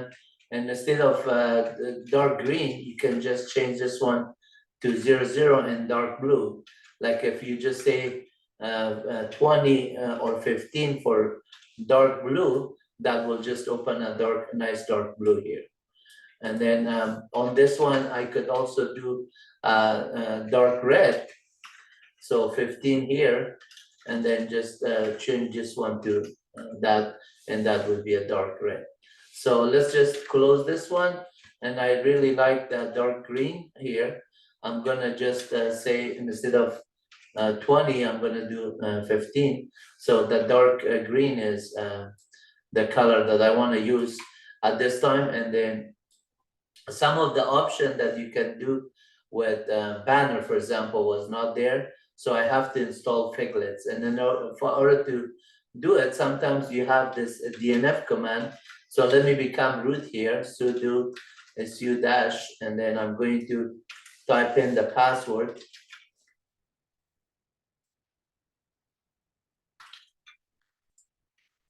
Now I'm already root. In order to just not display this information, it is useful because it tells you what is your user ID, what machine you're logged on, and what is your current directory, which is pwd that tell that. That's all I'm pointing to PS1. But if you just want to only see the pound, you could say export PS1 is equal, and then just say pound, and then space this. Now my prompt shell1 is just pointing to that pound symbol here. And then if I just say at this time, let's say I want to just clear screen here, all lowercase, and then say host name. I'm on a local host. But if I just don't want to see the domain, I could say hostname cat -d, the delimiter, and then the delimiter is this dot minus F1 field 1. Now it's going to show me the local host. If I want to see the domain name, that would be after the dot F2, field 2. F1 means field 1, and this dot is the delimiter. So this was the output of this command. I type it and then I piped it to this one. So in the Unix, there's or Linux, back in the Unix operating system when memory was limited, this idea of piping was introduced by Ken Thompson and Dennis Ritchie, so they can just say the output of one command is parsed to the next command, and then the third command and so on. Then you can just look up for the information. So if I just say this and then do another grep command -i local or host name, host itself, notice that grep -i host, it did not show here, but if I just put this one within the code host name, and it's gonna just say, yeah, this matched, but it is not $? Is the status of it. So clearing the screen here and running this command here first, and then $? is gonna say that host name did not match because the argument without this one was local domain. So, but if I just do this one with the local domain, notice if I say grep -i local, now local, this string is there. It will just highlight it if I just say echo $? It's gonna say 0, meaning that command succeeded. When it is return value of 0, meaning it matched. If I just say any word like LOC, now you see LOC is there and $? If I want to say local host, the entire thing, local domain actually. Local domain, notice that local host, when I typed in, it's there, but echo $? is not going to say 0, it's going to say 1. That means it did not find it. But if I do local domain, it will find it, and now echo $ will be echo $? Would be 0, meaning successfully matched. So another thing is that how do I know why grep is showing in color when it matches? So here, clear the screen. Actually, don't clear the screen, just type in alias, and you get a list of aliases that are shortcuts to each command. So one of my command is alias grep command. You can see it says that when I want to use grep command, run this grep -- color option. So if I just say alias ls, if there's an alias command for ls, and normally if you run ls, it's going to say alias -- color for that. So at the same time, if I say, let's say alias ls just itself, if I just say ls -l, you can see the list of files in there that I have on this directory is only one file. And if I say ls -l, and then use the awk command, awk, and then I want to just see awk, and then print $0. This awk is going to be reading this input there, all of this information as one record, and then since I'm saying print $0, it's going to just print it in $0 with this, and you can see that it's there. But if I want to just see $1 would be this field up to this comma, and then since there's a space here, the field separator here is a space by default on the awk command. So if I do a $2, it's going to show 1, and then $3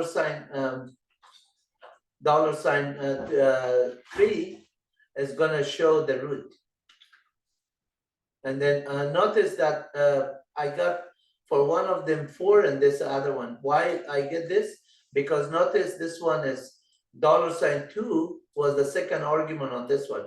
But I don't want to just get this one. If I just want to see only this, I could have just done something like this and say star.cfg here. All the files that are CFG listed that one, this one will $0 would only show me that line and not the total.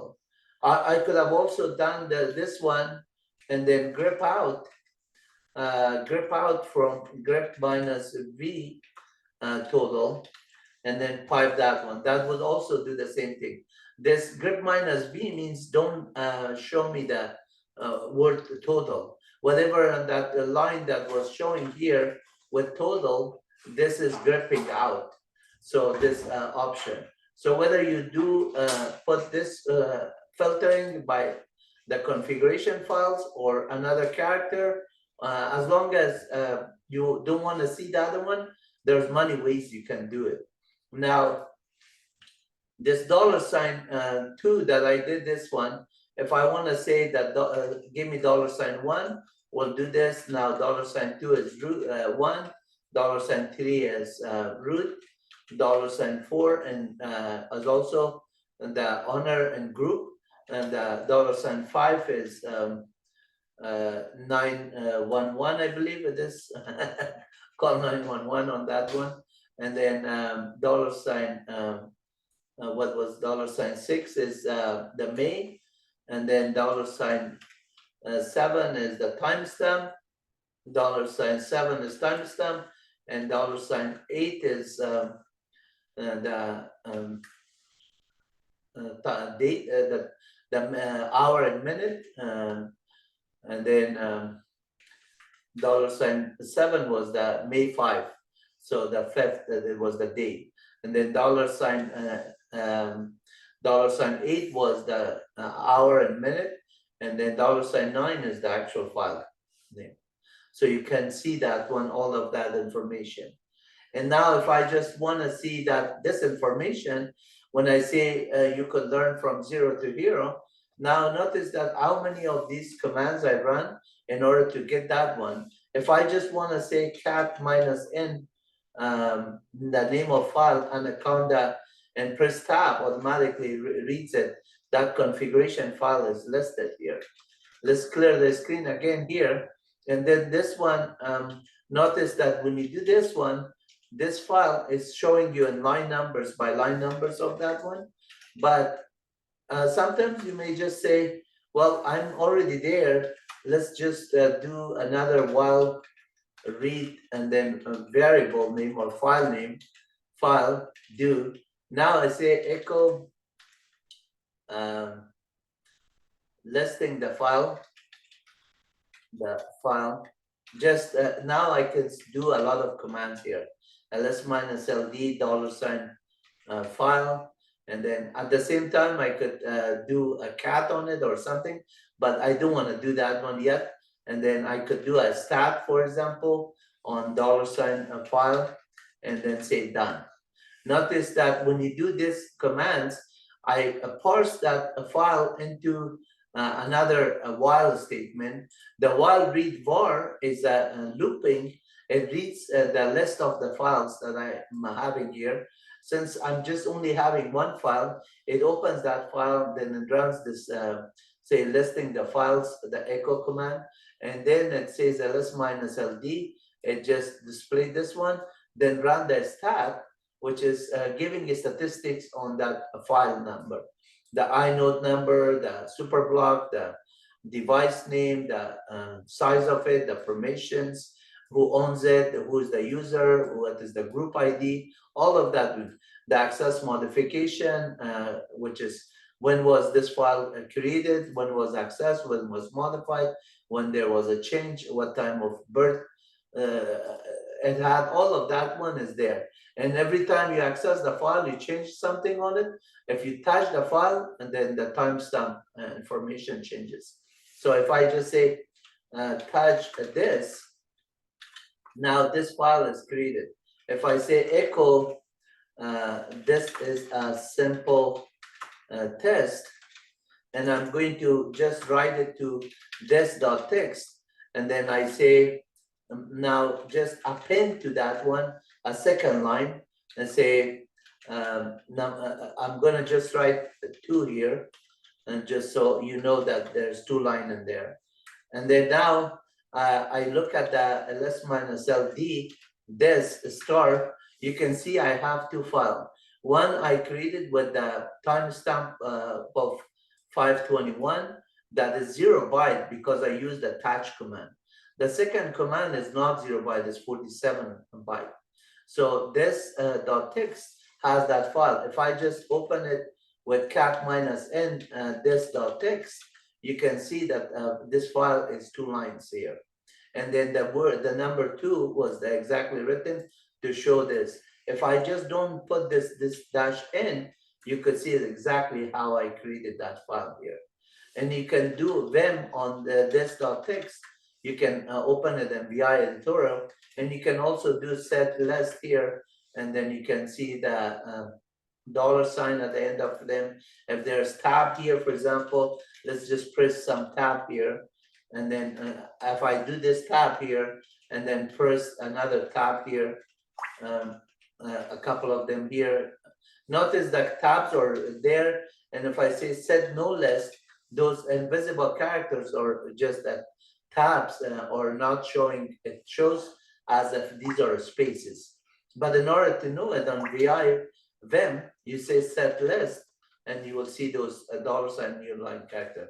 And if you say set no list, you can see it. Also on VI, you can say set number, you can see line numbers there. And then the coloring, everything you can do also. The color scheme here, color scheme color scheme is, and then, color,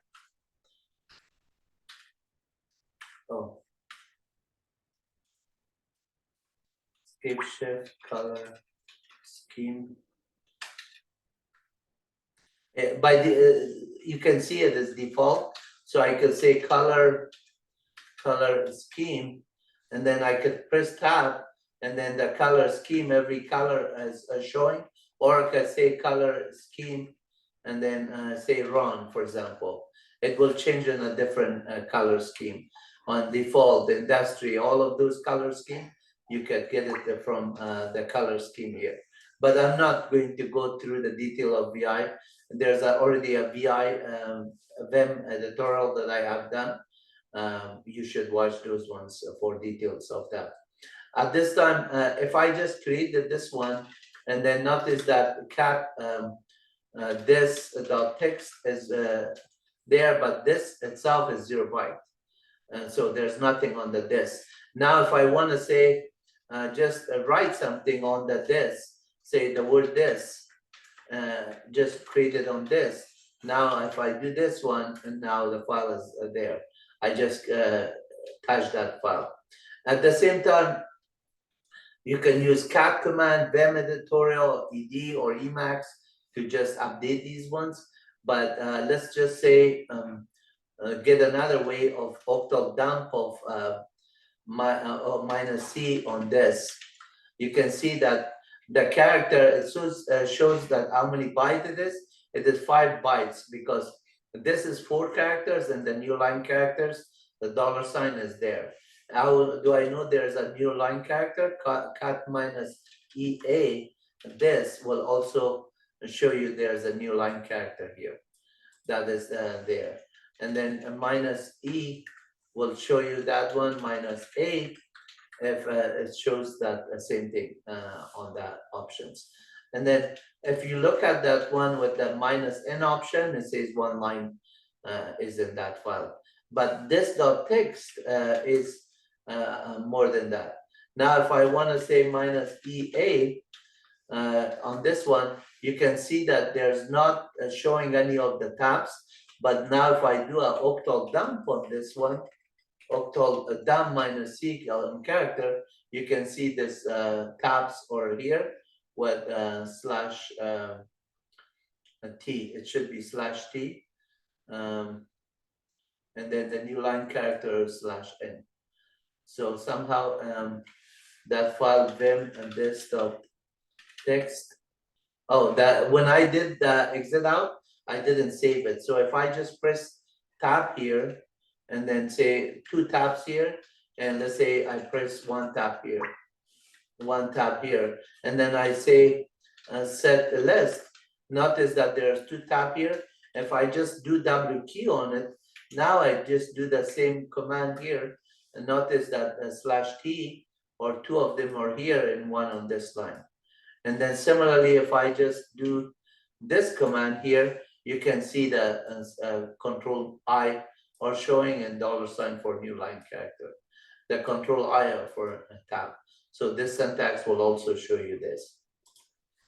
Remember, I was showing you the cal command. So if you are looking for a DNF provides, let's say PWD, some commands that you look at it say, what is the command that actually, the package name that provide this PWD? So if I say which PWD or which pwdx, PWD is one command that shows you print working directory. PWDX that shows you the print working directory of the executable. So if I just say PS here, you notice I'm running bash here as my default shell. So get end password root is going to show me that I'm running bash. Also, I could do this one with this subshell and say id-un. That way, I don't have to type in root as the argument. Or I could do it with a backtick here. Say id-un as the argument to that command, and do this one. This syntax is very kind of dynamic. It helps you to run certain information for another command that you can parse it. Sometimes you could give it to your shell script, and everything is going to be more kind of easier for you to automate your system. As an example, if I'm just looking for some command, say rpm -qc bash to see if the bash is installed, you can see that the query check is going to say yes, bash is installed. These are the binaries that are there. I can say which bash. It says the user bin bash is there. File user bin bash, it is just saying executable link format 64-bit. When it says 64-bit, that means that if I just say uname-m, it is as x86 64-bit. So uname-a for all is going to give you all that information. Also uname-p for platform is going to show you x86. uname-s is going to show you the operating system, the system, -s system is Linux, and O is the operating system version. And then the release is the built version. So you can get a lot of this one. You can also have these option of -- kernel name. You can get the same thing as -s for system. And if you forgot the syntax of uname there, you can just type in uname-help here. It will tell you everything, all the options that are available for you. At the same time, if you just say clear screen cat etc red hat -release, notice that this is showing you it's we're running Red Hat Enterprise version 9.1, but at the same time, if you look at cat etc os -release, this one gave you more details of the operating system release. It tells you that we're running version 9, and then all the details are here. So some of the information that are showing here are very kind of details. And then at the same time, you can also do a clear screen here, ls-ld etc star release or -release. This tells you that these many files are there to give you the OS release file and then the symbolic link that are onto those ones. And if you say, and instead of this, you could say cat command, you could see all the content of them. One other thing that I want to do is just since cal -j and other ones were already working for the calendar for Julian format, you can say, for example, show me calendar 1970, the epoch Unix calendar. You can see that it is showing you January 1st. Or say, show me the calendar as far as 001, which is the first calendar that is started here. And then you can also get the next year, for example, 2024. Say, when is January 1st? January 1st is on a Monday next year. Or you could say, well, somebody was born in 2030, for example. and then you say what date was it, then you can say that's the date of birth.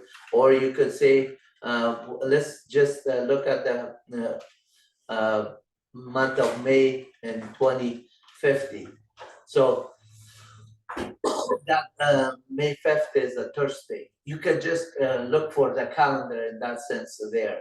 The date command is system date that is going to give you information. And then date, you can also do this plus symbol, and then percentage. You can just say whatever format you do. For example, let's say month, percentage, you put a dash here, and percentage date, and then dash, and then percentage year. I'm gonna put year in uppercase, Y, so that way we just get the date in that format. So today, as you can see, is 5/5, but I printed out that one in that format. If you wanted, for example, say, instead of dash, you just put it with colon separator, obviously you could do it with colon. Or if you want to do it with the slash separator, you do it slash. Whatever format you want, you can get these output in that format. And when you're writing scripts to do that one, it is excellent for that purpose. So if I say yum, or not yum in this case, because I'm on a Red Hat 9, I could use DNF because yum is calling DNF-3. So I'm going to say DNF and then list bash. So this is going to just check on the bash scripts, but at the same time, I could say, let's check RPM minus QC bash. It shows me those ones. Now notice there's the dot bash logout, the skeleton. So when you create accounts, you add it, it uses these ones. And this dot bash or C file, there's also an ATC bash or C, ATC profile, and then the tilde slash dot bash or C. These files are by default your setting for every account that you do. So since I'm a root, I just looked at the root. If I was just using for regular user, like if I just open another terminal on this screen here, like right here, I'm already here. I could say ls minus l etc profile etc bash or c, and then tilde slash dot bash or c. Notice that those ones are there. Since this is owned by the owner of the user, I can cat on this directory. I'm by default on my home directory. So I can say cat bash or c, you will see that one. And echo $sign PS1 is going to show that one. So ID-UN is going to show me the user ID Murtaza. So you can see that I'm logged on as Murtaza here. And if I just look at those files, obviously host name is pointing to the local host. So if I type in host name here, local host, then local domain is the local domain for it, and then pwd is pointing the current directory, echo $sign pwd is also the slash home, and then pwd, and then home is also my current home directory. So at this time, if I just create a directory, say make directory new dir, notice that new dir is just basically created, and then ls minus ld new dir. Notice that this shows a D here, meaning that the file is a directory. It's not a file. In Unix and Linux, everything is a file, but even a directory is a file. Even a pipe is a file. Even a device is a file. Everything is a file. But then the indicator here says this is a directory, and the permissions of this one is 775.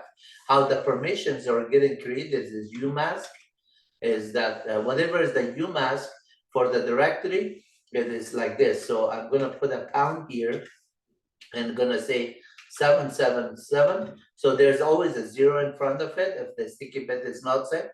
If the sticky bit is set, it's a 1. If it is not set, it's a 0. 777 minus the umask. The umask in this case is 0 for the sticky bit is not set by default, and then 0, 0, 2.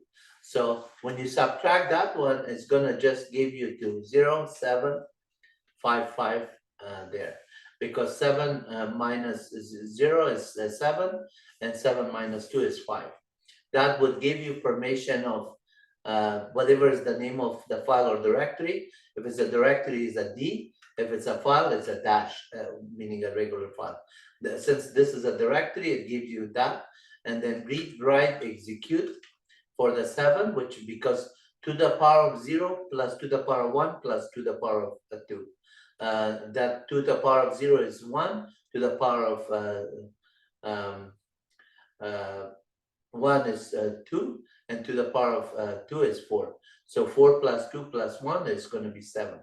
And the same thing, the next bit is 7. So read, write, execute. The next one is read, which is 4, but to the power of 1 is not set. It's a dash, it's not writable by the other people, and X for executable. Every directory should be executable, so that way people could change to the directory. But other people should not have write access to your directory. Your group could have a write access to it. If they belong to the same group that you are, they should be able to touch the files and modify it, especially if you're in a developer group that is the directory is shared by among developers. Okay, so this is for the directory. But if I say touch a new file here, now notice ls minus the d of new file. New file is just showing that this one is read write by the owner, read write by the group, and read only for the others. So the way that one is translated is 0, 7, 6, 6, 6 minus the umask and 0, 0, 0, 2. That was gonna give you a 0, and then it's gonna be 6 minus 6. That's gonna be 4. Sorry, read write. That's 2 plus 4 is 6, and then 6, and then 4. 6 minus 2 is 4. So this is how it's going to be done. The first one is dash, meaning that this was the file, and then read write because 4 plus 2 is 6, and then again dash for others for executable that is not set, and then read write dash, and then read and dash dash. That's a 4. Read dash dash is 4. These two are off. So this is how you translate that umask and change both the change ownership.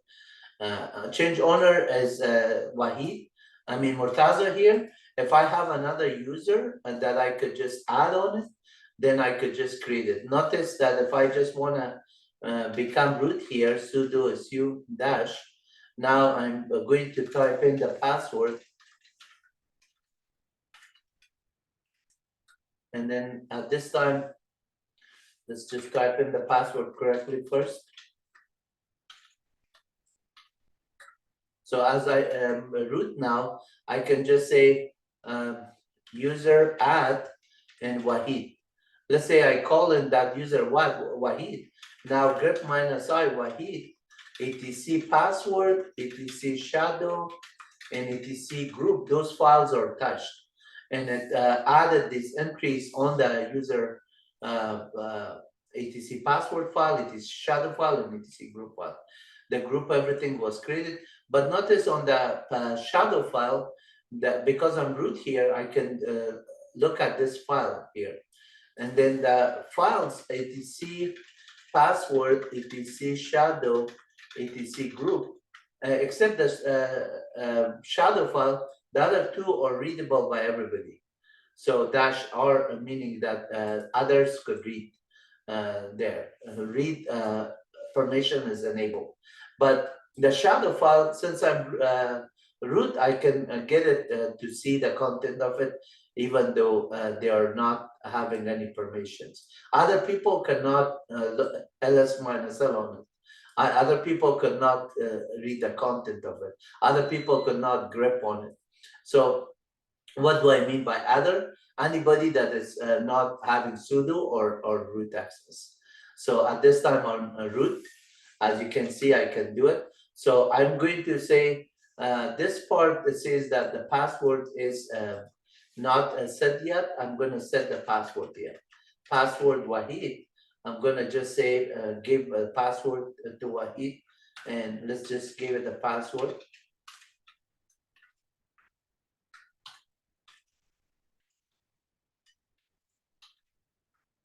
And then now if I just say grep -i Wahid on the password file, now it shows that the on the shadow file, it is showing this encrypted password. So if I just look at that one and then I say, well, I need to change that password, and that way on the encrypted password, some hackers may just see it. I'm not worried about that one because this machine is not going to be online.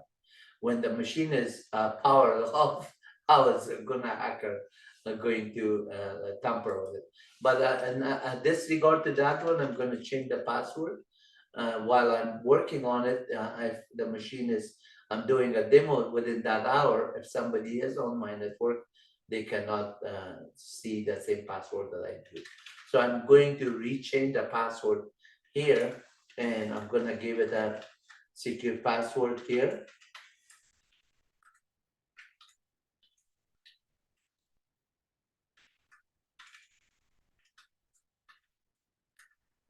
So now it is done. I have also an option of -x1 root. If I want to just say the root should never expire the password. And that is just all other passwords should have a 90 days period that the user has to change their password for the security purpose. But if you have 1,000 servers, you don't want to just lock yourself from root account. By just because on a given machine at some point you did not never log in to do some patches or something within the first 90 days, you don't want to get locked out, so you run this password command with -x1 root, then you do it. Similarly, for some account like Oracle or DBA account that you want to share it within the group, and those users or DBAs or sysadmins, and they share it, you just want to only change those passwords when somebody leaves your team or some sort of compromise you're expecting it within that time, or just change it every 90 days. But you don't want to lock yourself for a given machine because you did not log in within that period of time. So again, here I'm root here. I'm going to just now, if I just say su-wahid, and notice that su-wahid, I am now Wahid as user. ID-un. Since I was root, it did not prompt me for the password. But if I just exit out of here and I open another terminal here, say open another terminal and then make this terminal bigger, and then at this time I'm going to just see if I can say let's run SSH command to this host name. So I could say IP fconfig -a. It says that I'm having this interface name, and this is my IP address to that one, because I'm coming through a NAT, network address translation. On this one, I'm on this subnet. So netstat -rn also shows me that the default gateway in this case is 10.0.2.2, and then my IPA for address is going to show that same IP address that I was showing you here. And notice that the ENPS3, I could do also say fconfig ENPS P0S3, the interface name here. And then that file actually is an NDTC sysconfig and network dash scripts, and then look at the files here. This minus ld star enp star. You can, sorry, ls minus l fcfg star. Okay, so the readme fcfg dash redhat.txt is the file that they might have done something different on this Red Hat file, and those files are not in here, and then they come up with this readme.txt. So readme dash cfg dash rh.txt, and let's see, clear screen, more readme star.cfg, and you can see here it says network manager is running, and network manager is the network manager command line option is there to enable it. Because I'm using DHCP, so there's no default file in this case.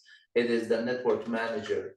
So ps minus efa grep minus I network manager. You can see this process that is running for network manager. It is responsible for making my network available here. So let's just go back to this command prompt here and make this screen shorter. Now, if I just say export PS1 here to only show $, and then now I did this one, echo $, PS1 is this time is pointing to the $. So clear screen ID is good, and then I say cut etc resolve.com file. Let's say cut ls minus l etc resolve. So resolve.com file does not have an E, that's why it did not show it. You just have to say that, okay, the name server is, this one is 192.168.254. That's my frontier or gateway. So the .54, that's my router. So if I look at this resolve.com file, basically, it is just showing that network manager enabled it. And then the DNS names, everything. Netstat minus RN is also pointing to the 10.0.2 because of the NAT here. So if I go here under the setting and click on the network, you see NAT network address translation. It is just using that one through DCP, so that is good. And coming back to the command line, we know that our system is performing good. Now let's check out some of the system like command like top. Top, we already see that the system is performing really good. The load average, there's no zombie process, and memory is good, and then all these processes. You can also say top dash n1 to just run only one instance, top dash n2 run two of them, then exit out. And you can see the options that are there. Minus U for the user. So if you run as a user process of Wahid, you can see that the process is gonna get checked. If there's any process, since I did not start anything, is not showing. If I just say I'm logged on as Wahid Murtaza, and let's just SSH to the local host, I'm gonna say -l local host -l Wahid. So I'm gonna log in as Wahid to the local host, and then how I type in the password. Let's see if my password is going to work, which I have given it. I believe I put a different password. Let me just see what password I typed in. Yeah, that password. So now I type in as I SSH to the machine. So if I say, who am I? It says that I'm Wahid. Get int password Wahid. It's there. Or just instead of this one, remember the backtick? You could say, who am I? and then you could just still get that one, or use that this subshell and say who am I. That would just run that one. Or instead of who am I, you could say id dash un would also say that same command. So, but if look at this one, you say who space am I is going to show you the display that you're using, display one. So echo $ display, this one is not showing any output here, but the other one would have shown this one, except this one, it says that, okay, you borrowed this one, which means that display is not exhausted. That means that I cannot run an xterm here without having the exhaust to and that display here. And then if I just say, for example, xterm here, it's gonna say your display is not set. So then I could just say export display is equal, and then colon, and then 1, and then say equal display. Now it is set, and then I say run the xterm. Again, this one is not doing it. The reason is on this other machine, before I SSH to that one, I had to do the display exhausted. So this display here, display is set, and there's a file called .ssh for the client that you have to enable the display here. So let me just do that one. There's another video that I already made for that purpose, but I'm jumping back and forth between basic and intermediate and advanced, some of those levels. So let's just set it to this one. At this time, if I just say xterm, notice it opens fine because my display is set for this one. But if I want to just do it for the other host name that I'm coming from, then I have to do xhost on a given machine. Since I'm not logged on another machine, I cannot xhost anything here. But there's a when I go root here, sudo dash, and then I just log in here, say become root first. And then here, there's a etc SSH directory. Inside the SSH directory, there's a file. So the SSH directory here, if I look at the SSHD, you can see the SSHD is enabled as the listener is running. And this is the process ID on it. So lsof minus I, and then colon 22, this is the SSH daemon on port 22, and that is running. lsof, list of open file minus P, process ID number of 952, which we just saw it. This is all the list of files that are open on the SSH.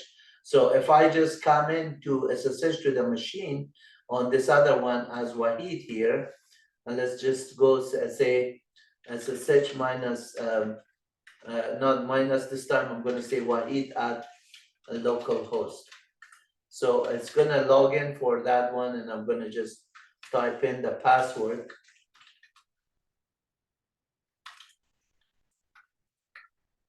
Notice I'm logged on here. So now if I just run the same command of SSH with 952, notice there's some connection that are coming established here. So if I say, show me all the connections that are established, grep minus I is established. You can see that the connections are coming here, but let's just look at, instead of established, is there a process with Wahid? And that is not showing either. And so, and instead of looking at that process ID number, I'm going to look at that port number.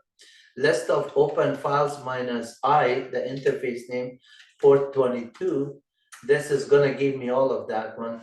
Notice that Wahid is one of the process that is established with that connection.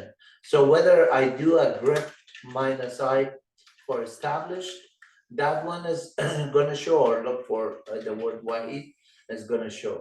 Notice that this is the process ID that I did it. So if I look at the lsof -p for the process 8096, then it's going to show that all the details of that process here. At the same time, if I just say users, then it says that, okay, Murtaza logged in with 3 terminals, and then Wahid logged in 1 time here. This is a list of user. Who is going to show who's logged on the system. And W is also showing who's logged on and what they're running. Notice that one is running bash, one is running X things, and this is W is going to give you the detail of who does what. So if you're interested, say that these people logged in, what they're doing, you can find out that information from the who command. And then at the same time, like let's just install some packages here. So if I just look at the root here that I'm logged on, and I say, okay, calendar is already installed, I don't want to install it. I say which provides ncal. For ncal, you can see it was not there. Which provides, sorry, DNF provides ncal. So this is going to find out that is there. If you just say star and then slash ben or something slash this, it's going to look for it, and if it matches something with that word, you can see that it's going to list it. Because I filter it with a star slash star ncal, it says that, okay, there's some stuff that it is ncal, and this is the package name that it is there. So in order to know this package list, I can also do a DNF repo list. Repo list is going to show you all the packages that are available for you. And then this one is basis operating system RPMs, and basis operating system RPMs is right here. Red Hat 9 base x86. So this is already there on this package RPMs. And if I just want to say do a RPM minus QC for query check to see if this package RPM is installed on my system, then I could, rather than doing that one, I'm going to do that one programmatically. How do I do that one? I say, okay, this command repo list, I'm going to say tail minus 1. So that would say show the second one, but I want to only show the arc of print $1 $1, the first field. Now this is the name of the package. Then I could just say RPM minus QC, and then backtick the whole command here with backtick, and it's going to just say this is not installed. In order to install that package, I could say, and now instead of the QC, I could say DNF install here. So now that package is going to be there, but they're unable to find the matching the RPMs. So if I just look for this package there, sometimes you have to do a subscription manager, and then repos a list, dash list. This is going to show all the repos that are enabled on my system.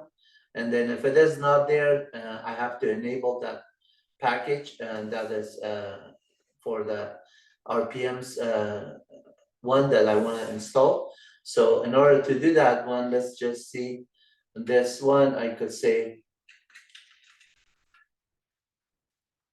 subscription manager, and then repos and dash enable.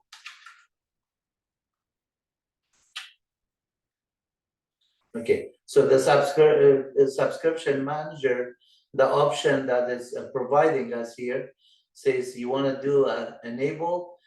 Maybe it is not dash dash enable, maybe it's just enable. So let's see if there's a list and then a repos, and then list the repos, and let's see if there's a repo enable.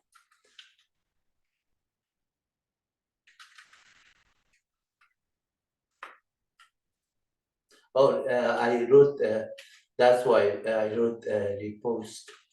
And this repo. And then repo, and then list is just dash dash list. Should have given me repo and then no dash dash. Okay, repos. Sorry, the word, you have to type it exactly how it is there. So that is the only one that is showing that is there. Can I enable that one? It no such repo. It is just not showing there, so enable. Okay, so this is the name of the package. We could just look for how to enable that one from the subscription manager. When the way you search for something like this one, say enable this package name. Okay, so subscription, you could write subscription manager repo enable. You see the syntax is enabled for enabled and enable. I had the syntax correct, but why is not just say how to enable or disable repository using subscription manager?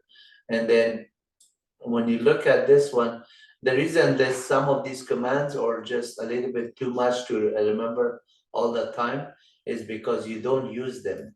And you can see here subscription manager repos dash dash list was there, and then the only argument that I missed was dash dash enable is equal repos name, so that would have just done it. Dash dash was right in the first place. So let's look at this one and then say repos, and then instead of this one say dash dash enable is equal and then the name of the package. See if that get enabled. Okay, so now this is says it's enabled on the system. That's perfect. That's what we wanted to accomplish, and we did it. So the way you look at that package name here, now if I just change this one to say a dash dash list, it's going to show that packages that are enabled on our system, and one of them is that package name x86 basis. And if I just say grep minus I base says that one, that package should show on the list of the package that are enabled. You can see that right here. So and then there's other ones that are similar for RPMs. And then I just say basis. If I wanted to be more specific with the grep command, obviously, and that package, this one would have shown only that one. So that is basis base OS dash RPM. So here all you have to do is base OS dash RPM, and then only specific to that package, and that you will get a list of them. Sometimes the names are something that nobody memorized all of that. Now, since that one is there, I could just say, give me that name here, and then say awk. Obviously, I'm doing parsing so many times, print $2, $2, because I want to show you that once you're there, you don't have to revise your command. You can still do some sort of filtering to do this. So since that one is going to return that package name, let's see, $1, $2, print $2, and $1, $2. It should have picked it up, but whatever is the reason at this time, I know that this one was coming here. I could just say that's the name of the package that I want. I could say also like RPM minus Q C, and then this package name. I could just cut and paste this argument also. RPMs. Oh, this was RPMs, that's why. So you can do a copy here and then paste here. That similar to that one, it works here. It says it's not installed. So in order to install it, I could say IVH. And then if this is not in the bundle and that there, then I know that DNF will do it. So DNF installed. Now it's going to go to the repository and it's going to find it, but it is not finding it because that is just the RPM that's already enabled. So it is DNF repos list. It's going to show repo list.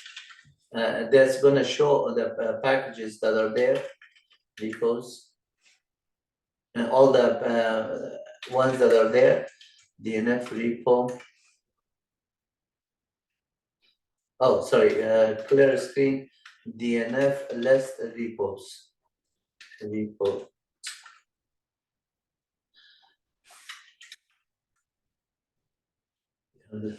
Sorry, let me just see DNF repos. Yeah. DNF installed. DNF command repos. No, it is not showing. DNF list repos. Listing the repos. etc DNF dot repos. Let's see yum.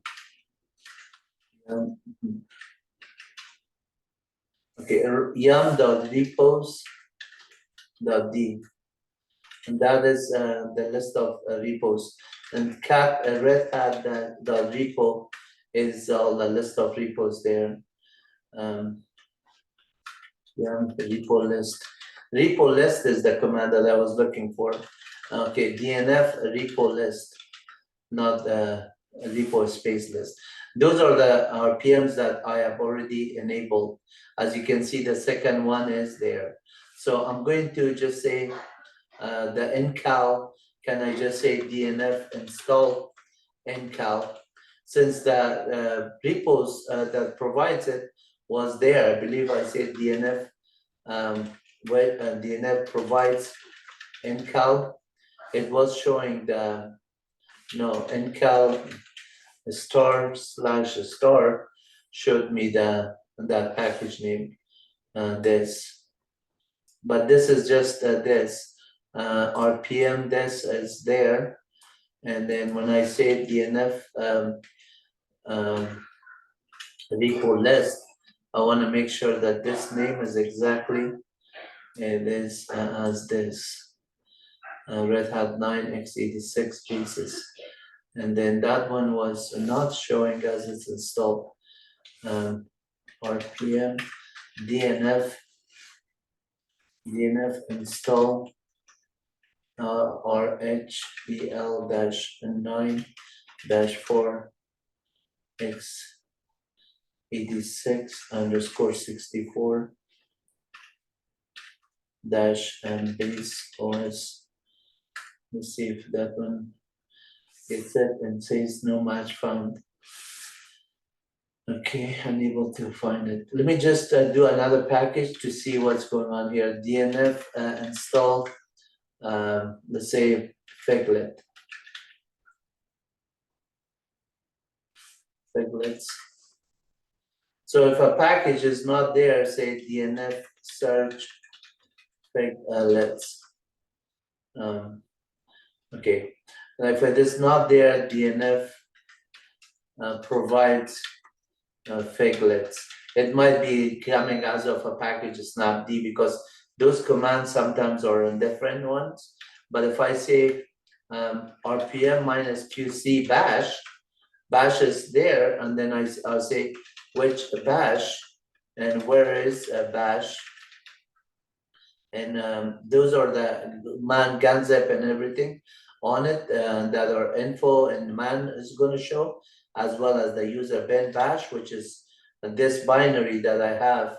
So if I just say user bin bash, open a new one, now I run the process, you can see my second one now is pointing to $93.43 and $sign is there. If I exit that one and then I come in the same one, now back onto my main bash.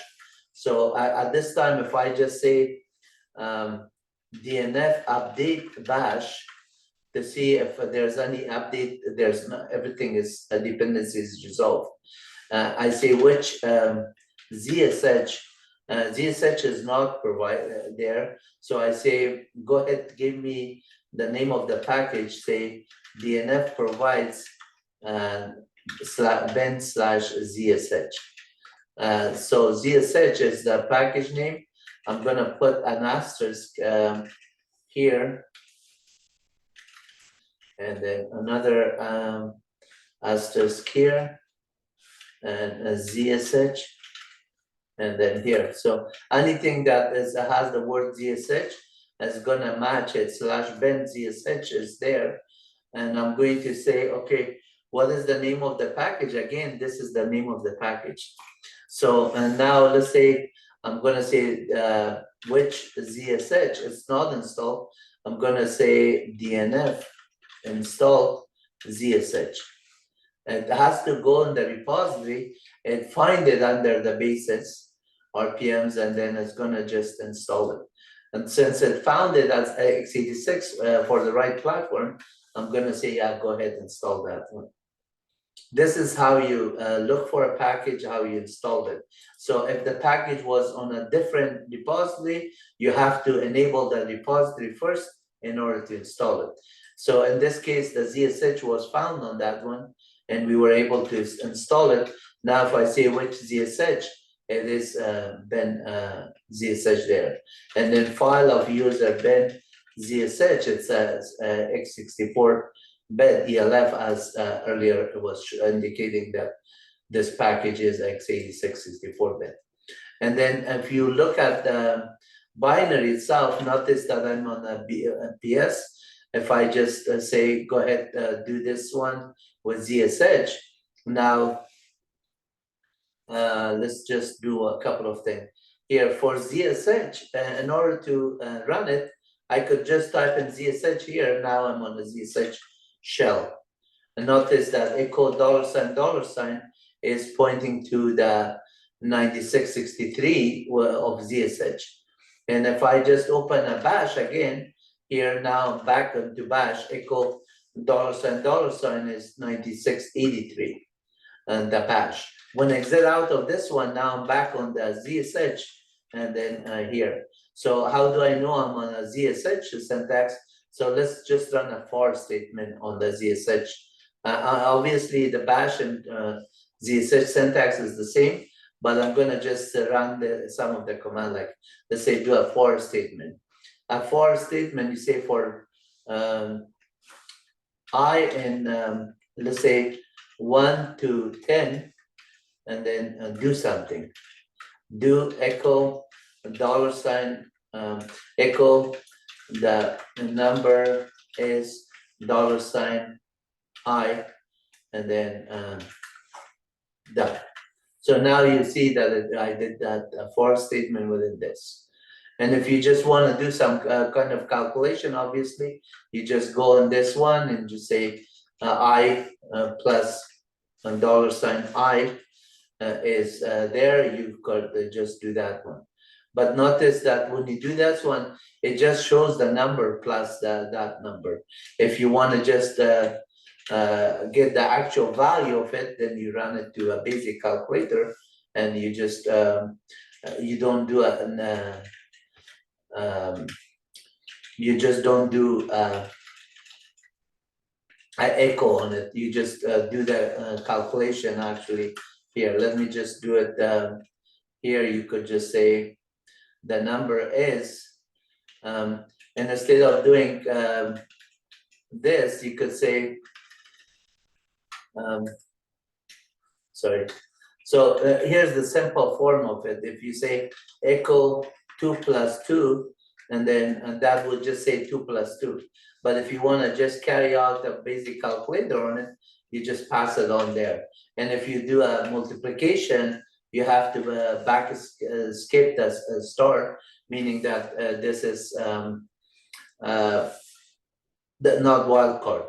And if you just do to the power of, that is there. So 10 to the power of 10 is 1024, and you get that one. But let's just do that one within the for statement that I was showing you here. So when you do that for statement here, you could say that for statement again here that we did, and instead of the do done port here, let's just get this one within the do. Oops, sorry. And then you say do, and then at this statement you say some variable name. It says num is equal, and then put an expression within this backtick expression $i plus $i, and then a backtick here, and then equal $i is say equal $i plus $i is equal $num. That would just give you those, and then say done. So notice that now we just did this expression for the num that was there. We just add them up to the next number. If you did this kind of formula and you just say you want to do the expression here with the addition here, multiplication, or to the power of, you could do that one. But notice that this expression here is giving you the exact way that you did this one. 3 to the power of 3 is not 6. And it just does a multiplication, 3 addition there. So because we are using here expression, and we have to use here expression of operator. But notice that that one was not calculating because it was done within the expression. Here we have to do something like that for the a statement saying that let's do this, say this times this, and then basic calculator, command not found. So the way that actually the arguments are passed, the expressions are not calculating it correctly, and the way you just correct that one. So let's see, we could do something like $i backslash this and $i. That is the expression, and we're going to say expression here, and then do that.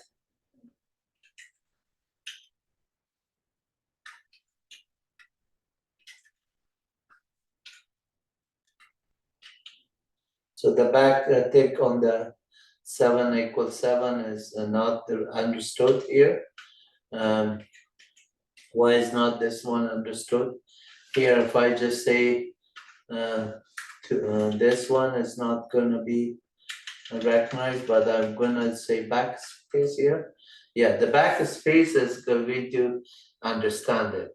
So you have to skip it because that was the wildcard there.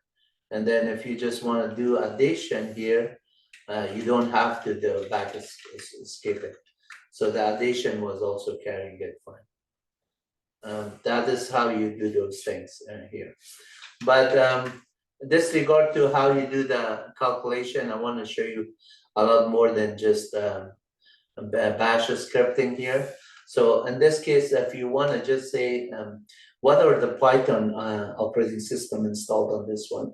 So you could say Python dash version. If it says Python 3.94 is the version that you're doing it. And then similarly, you look at PIP for the version, and then PIP is not installed. It's going to go ahead and install it. And it says DNF and say go ahead and install it. Now PIP is already installed now. I could say PIP list is going to show all the packages that are there. PIP dash version is going to say for 3.9 we have PIP 21.23 installed. And if I just say as numpy is installed or request is installed, I could do a PIP list and then say grep -i requests. So that package is already there. It came out with the standard, but is the numpy installed? Numpy is installed, it's not installed. And then echo $? is going to say 1, that means it's not found. Now, in order to install it, I say pip install numpy module. Now it's going to go to the repository through Python. It's going to say, well, you want to install it? It is successfully installed 1.224. And then I could just say, go ahead, just list it again. And this time it's going to show the version that is there. So now if I say, go ahead to Python 3 as root, it says 3.9 there. And if I say dir of this list, by default, these packages are there. Notice that if I say import numpy as np, that np is there, dir of np, it shows all the packages that are there. Similarly, import OS module and then os.system, clear the screen command here. You could just get the operating system, clear, it's what 1E. So you could say whatever here, you name -a, you get the information. You could say, show me cat etc os-release, or just say, for example, here, say, clear the screen, say os dot, just run the system command here again and say cat etc dash hostname. So you can see the content of the hostname file, cat etc resolve.com file. You can see all of these options available for you. Do a ls-ld on this, ls-ld this, run a stat command on it. So every command that you can do on these files, you can do inside Python also. At the same time, you can just run more than one command inside Python. So you could say, just clear the screen here with OS system and with clear command, say os.name name is going to show POSIX. On Red Hat and then Linux and Mac, everything are showing POSIX. On Windows operating system is going to say NT, the version. So the new technology. This one, if I just say run a command of a list of commands, so let's just run more than one command here. And if I just say more than one command, I create a commands here, and I just say commands is equal. I'm going to create a list and say the command that say pwd, one command, and then the next command is gnome-software. So we could run a GUI also there, and then another command is gnome-terminal. That opens a terminal, and another command is gnome-calculator. Let's say run these commands here, and then say a for statement, say for command and commands, then you could see print command, you just get the list of commands there that we're going to run.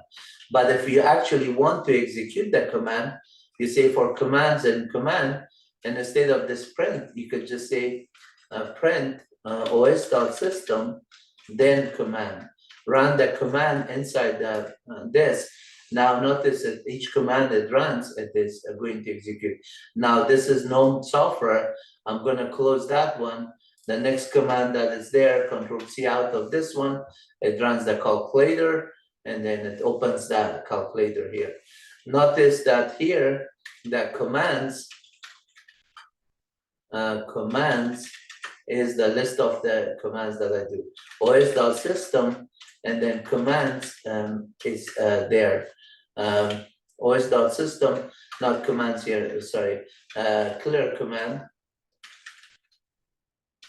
And now notice this one, the commands here is going to be a list. Now, if I want to modify let's say, instead of the gnome-software in GNOME terminal, I only want to just have two commands.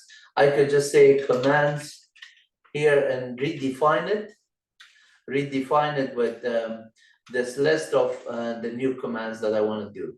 Let's say I say pwd, and then just say id-un, and also I want to just run gnome-font-viewer, font viewer. So this is another list that I want to do. But this time, instead of running within the OS, I'm going to open a pipe. So I say for command and commands, I'm going to say stream is equal. I'm going to say os.pipe open or process open, and then I'm going to just open the command as the argument here, and then say output is equal stream dot read. Then I read that one and then say print output. The difference between the other ones and this one, the other one was returning a 0 for each command. This one does not need to. So notice that the print statement, I mistyped it. So I can go to the list of commands again here on the idle, which is the search engine for it, and then run these other command corrected, not the search engine, the interpreter for it. And so I got this one, and then the print statement.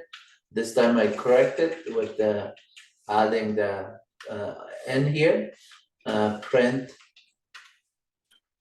there, and then when you just do this one, it runs the command. So I'm on the yum repo.d directory, and then the O was the invalid options, whatever was the id-un, and gnome-this, it did not run it.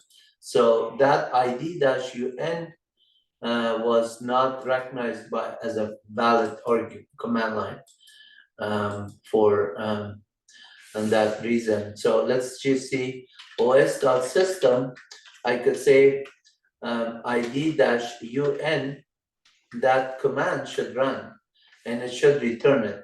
So if I just run that command and separate, say cmd or stream is equal, say os.process open, and then run the command say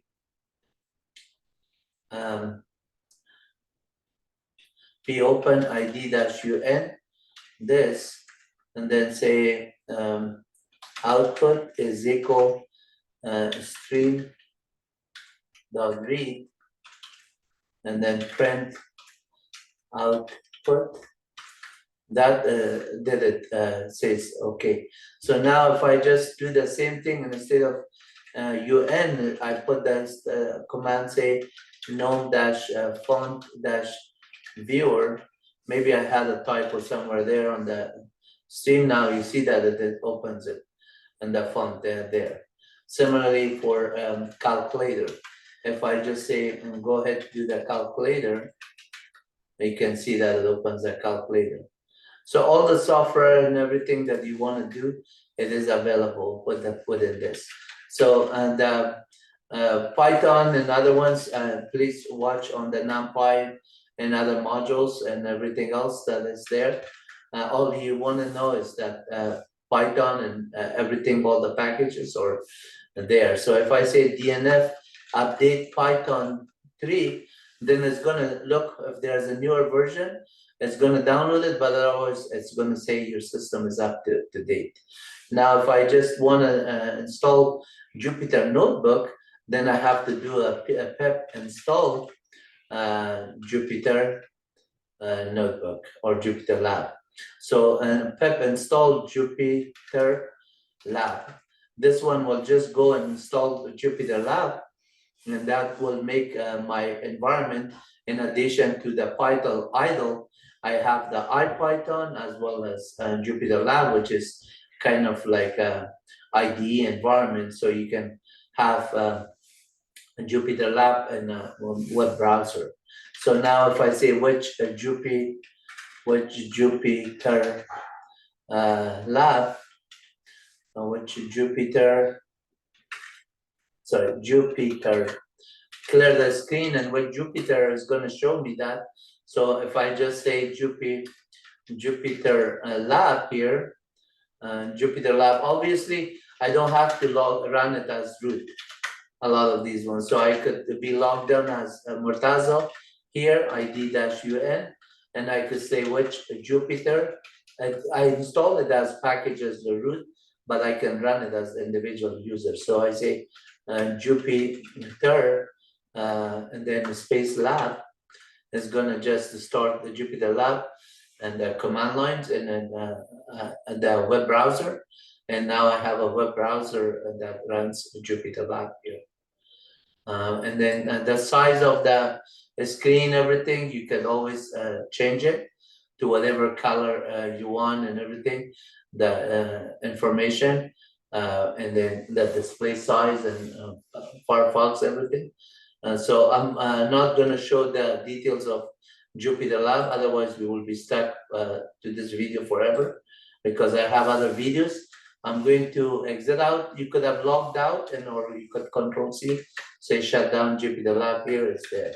And then similarly, which Ipython, since we run Ipython already, Ipython is interactive Python, that you can see it as a list of this. So you can say aliases, it shows you there, and then do a directory command or list command. All these options that are under aliases, notice the ls, the directory, the copy, the clear command, alias, all of them are there. So if I just want to make a directory, say make dir test1, now a directory test1 is there.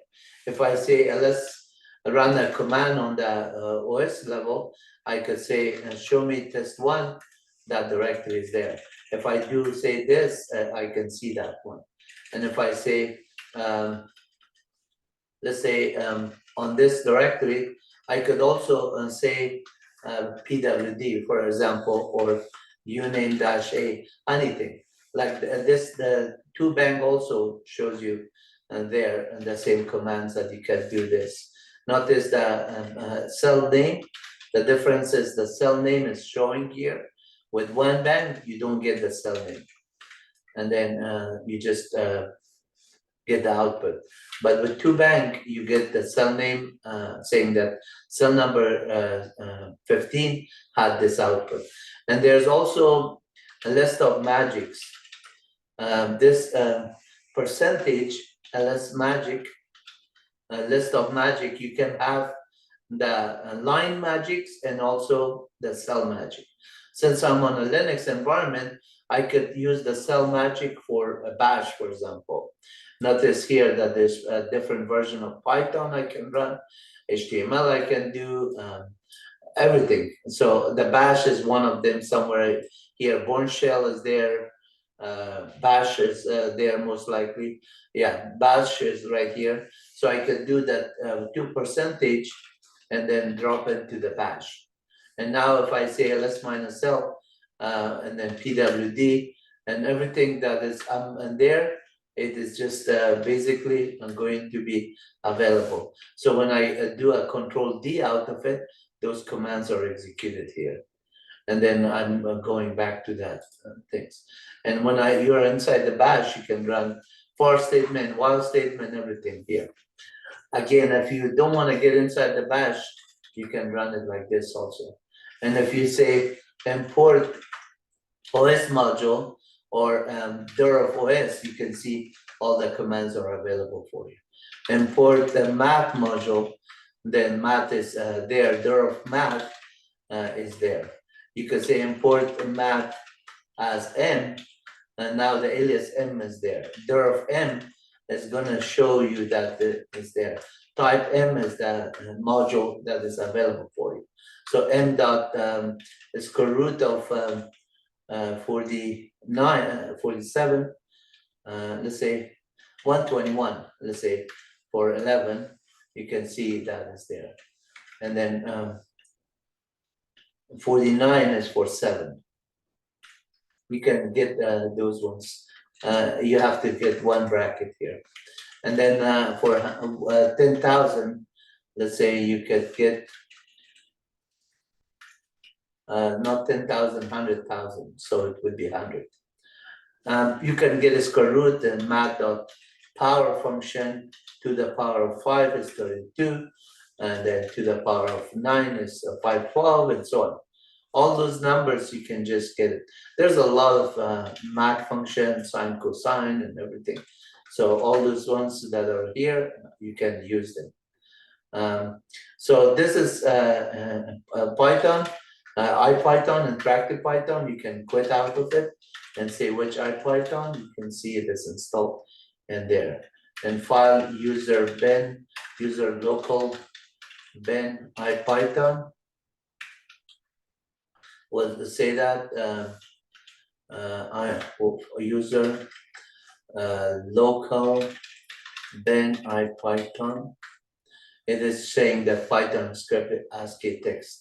So if I just say what is the size of this line of code that runs it, it's only 8 lines. So let's look at the content of it, and all those 8-line number. You can see it is showing that it runs Python 3 interpreter first, then import regular expression, import sys, and then import from IPython, import start underscore IPython, then sets up the sys.org and all environment variables to pass in based on your directory, and then does the regular expression script PyW or Python on W stuff.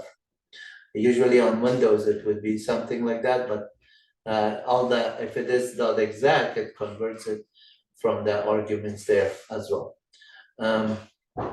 That's what Python w.exec is executable. So clear screen here. Let's look at GCC. So which and GCC for GNU, it's not installed. Which G++. GCC is for C compiler, GNU C compiler, and G++ is the GNU C++ compiler. They're both not installed. So I'm going to say become root here first, sudo su dash, and then I'm going to type in the password.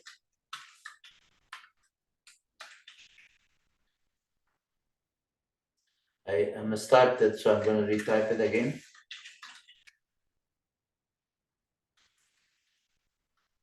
This time I typed it correctly. So when I say which GCC, it is not there. Which G++ is not there. GCC dash version obviously is not gonna show it, but it's gonna say, do you want to actually install it? If it's not there, say yes, go ahead and install it. And then now I don't have to do a DNF install because the package manager is much smaller. When you type in something, and if it doesn't find it, it's gonna install it for you. Now, if I do a which GCC here, or which GCC is installed. GCC dash version is gonna show that that's version. But G++, notice is not there. I'm not gonna say G++, run it, and then this way I say dnf install G++. Let's see if it finds the right G++, and then it's gonna go ahead download it and install it. Now say which G++, it's gonna find it. G++ dash version is gonna show the 11.3 of G++. So if I just wanna get this one from my other sources of something that I have some program and program files and everything, I could just get it even from another source. So let me just download the packages of my programs and everything from another source. I'm gonna just for temporary comment, temporary stop the copying because I have to get it from another environment. Let me just pause it for a second. And so as you can see here, I downloaded all these C and C++ source code here. Now I'm on this directory, and then I have a programs directory, and then inside the C and C++, I have these ones. But I want to just move this one into my other code, and so I could just not have it under user environment variables. So I can show you at the same time copy and move and everything else, and then changing the ownership and everything there. So let's just first of all make a directory here, called it exit out of this one, and then I'm gonna just temporary under this, I'm gonna make a directory called programs. Programs. Let's see if where I am. So ID -un, I'm there. I say make dir programs, and then the programs directory I created here. Programs here. So I'm gonna cd to programs. Notice my ownership, everything is there, but under the root I have the C directory, which is I cannot read it as Mortazo login. So I have to do a sudo here and then type in the password here.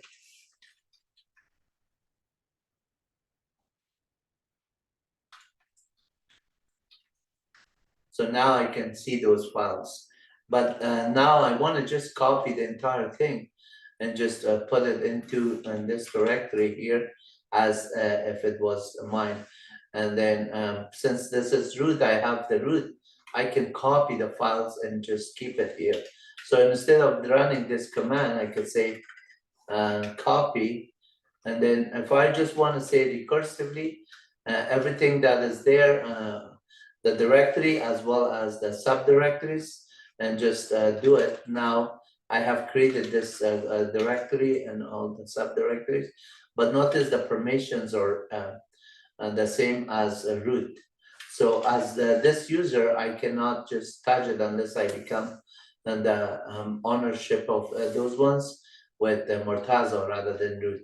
And the same thing I'm going to do with this sudo for the C++ code. So now I have the C++ also copied here.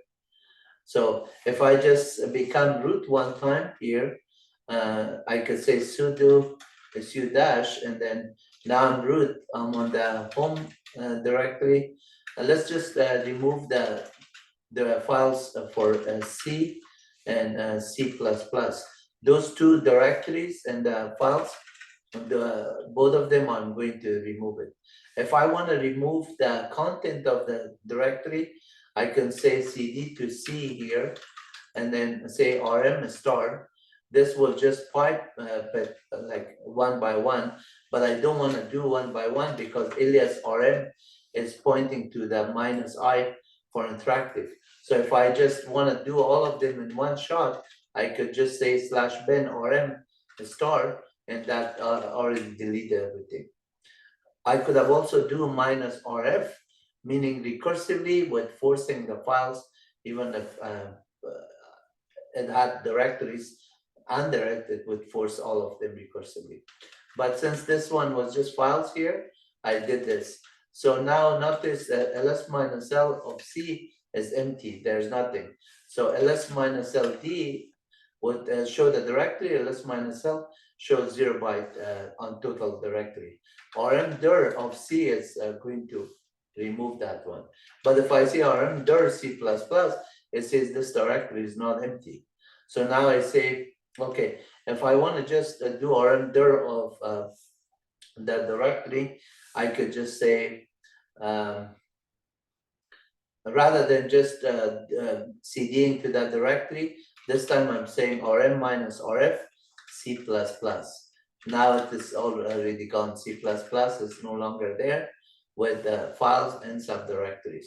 That file, this syntax, make sure when you're running rm minus rf, this is saying R recursively, F for forcing it, even if it's not empty, it will delete it. Anything under the name C++ and any files and subdirectories under it, remove them all. Make sure that when you run these kind of commands, you're way 100% sure that you want to delete it. You have backup of something in case if you made a typo and you did not notice a file that was needed, you deleted it, as well as running the command on the right operating system, on the right server, and then the right path, the directory that you want, rather than just being sorry later on. Make sure this is because you're forcing it and recursively, this could be dangerous. Be careful when you're running it on even on your development environment. And so at this time, I have done that one, but I'm going to go to home Murtaza directory here, Murtaza, and then inside here, notice that everything is there except the programs directory here that I created. These ones are owned by root, and then I want to just have these one also C++. So if I say change ownership to Murtaza, say the username Murtaza, and the group, if I don't change anything with the group, I could just say for the C drive, notice that I change only the ownership. If I want to say for that one, change the group also to Murtaza, then I use the change group command. So now I did this one. So the user ID and the group ID is changed to Murtaza for the C drive. But notice that C drive, the content of them is still root. If I want to do all of that one in one shot, and including this one, I could say change owner, Murtaza, and then use this dash uppercase R, means recursively change it to Murtaza, Murtaza, or dot Murtaza. In either case, it will do it. So now in this directory, along with the files that are under it, are all changed to this. So this time I'm going to do the same command here, and instead of the colon, I put the dot, and I'm going to do it for C++.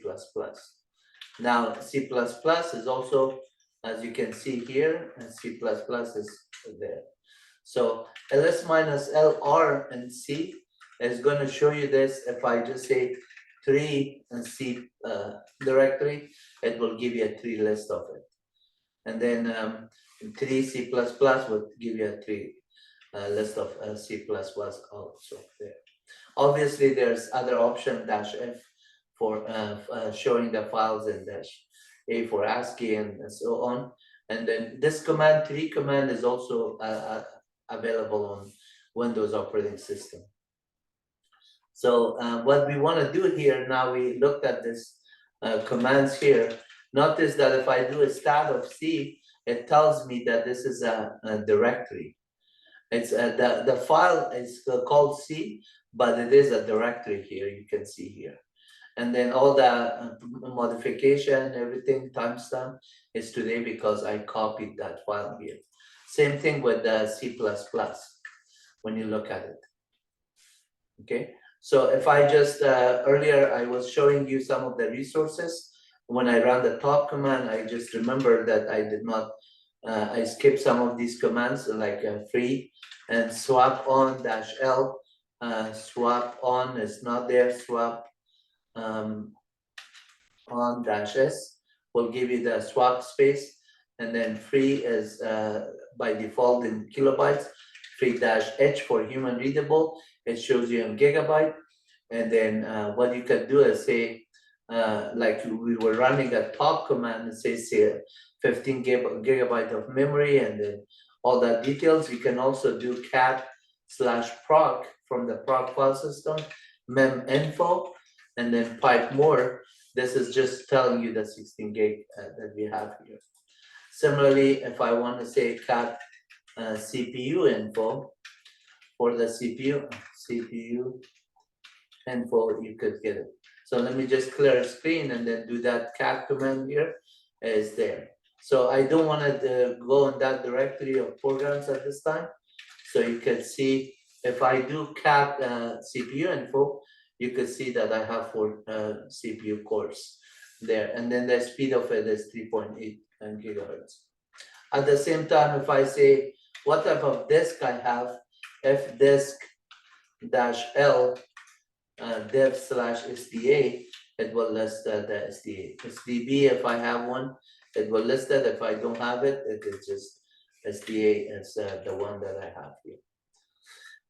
And then for each of this partition, if I just say dev/sda, I can get inside here, and that I could just get more information, and then a dev/sda like that. Now I can say P for print, and it will list it, and then P again for the printed. If I want to just say M for help, all of these options are there.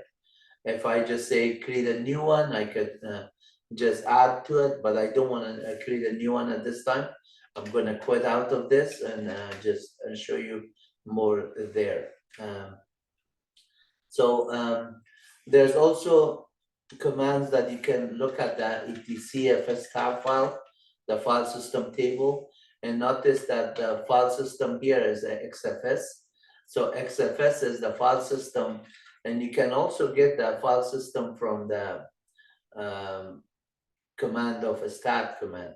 So if you say, let's say stat on the C, you clear screen, go to programs here, stat on C, you can see that it is there. But then if I just say something like %f, it just shows you the file system there. And it should say like something, not %f, sorry, -f. -f is a file system type. And then the type is showing XFS. That is the type of the file system. And then df-h shows you in human readable of your disk. Cat etcfs tab file. Notice the root is XFS. So if I say df-h/root file system, but if I want to get the type of it, -t, and then XFS, then I could see that this is coming XFS information. -t tempfs, tempfs, temp file system. Let's see on the etcfs tab file, what is there? XFS temp is not configured here, but a clear screen df-h temp. Notice that temp itself /temp clear screen ls-ld /temp. Notice this one, it has this sticky bit set temp, meaning that whoever creates a file and the sticky bit is set on the ownership of the file. So if I'm going to cd to temp here, ls-l, notice this .x11, even though it's root, somebody that creates a directory or files in there, like for example, this x0-log is created by Murtaza. Only Murtaza could remove this file or touch this file or modify this file, and then the root could read and write and modify it. Other people cannot do it. So, and that's what the sticky bit there. Watch my video on the sticky bit. It's about some more than 10 or 15 minutes or 20 minutes. I talk about the umask, a sticky bit, all those details in there. And then whenever you create a file on the temp file system automatically, and that ownership sticks with it. Like temp touch this, and now this is owned by root.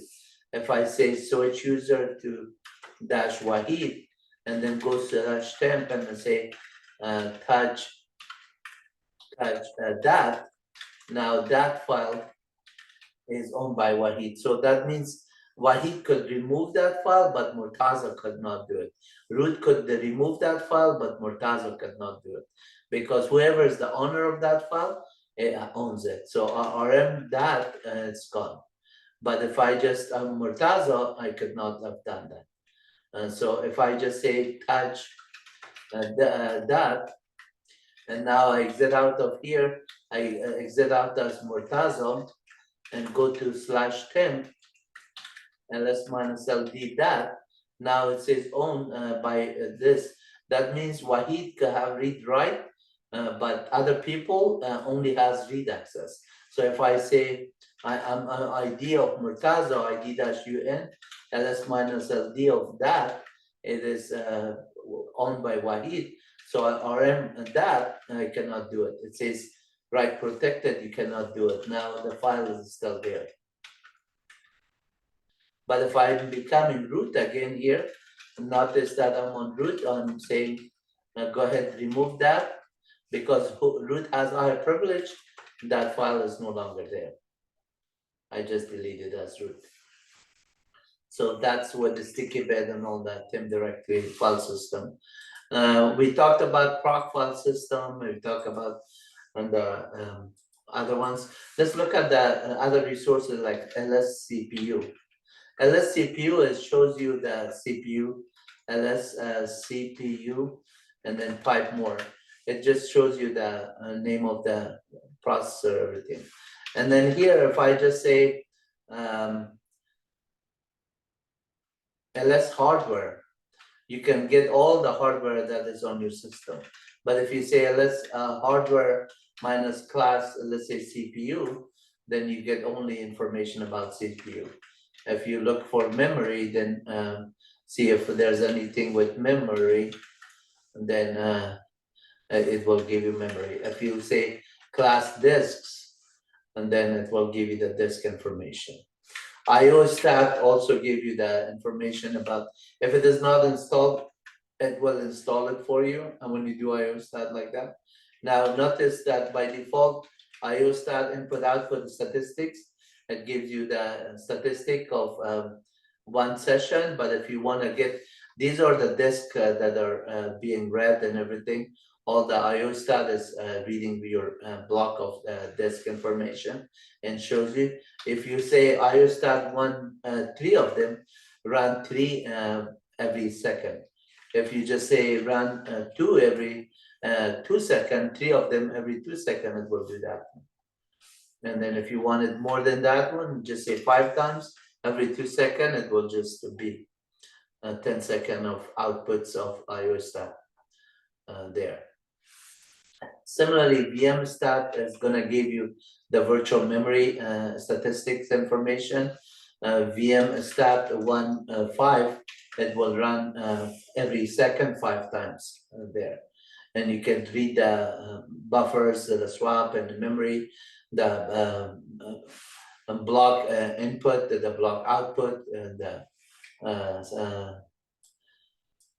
the number of swap in, swap out, and all those idle and wait and tail.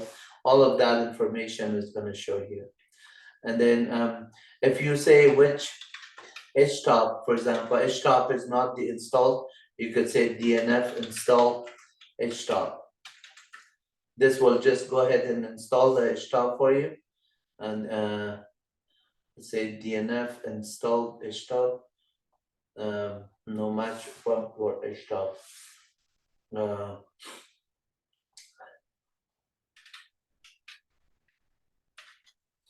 Yum provides htop.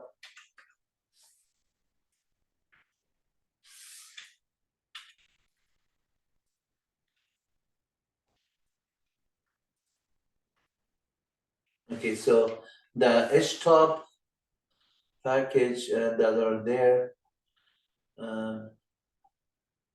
again, some of them might require other packages to be available.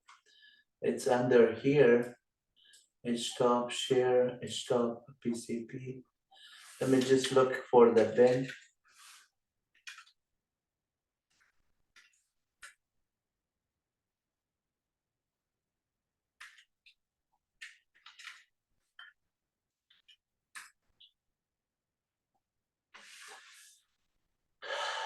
Bin slash, usually is like this, the binary, but it is not catching on that one, htop.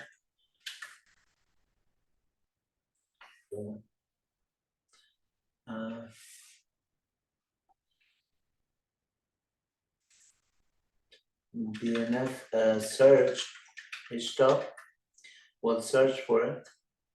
DNF list htop. Why is it not finding it? No match found. Install htop. See if it is on the YAM repository. It shouldn't be finding it that way because DNF is YAM is symbolic link to this. Maybe this DNF provides h-top maybe. So I'm gonna type in just top to see what is on top. So bin top is there, and then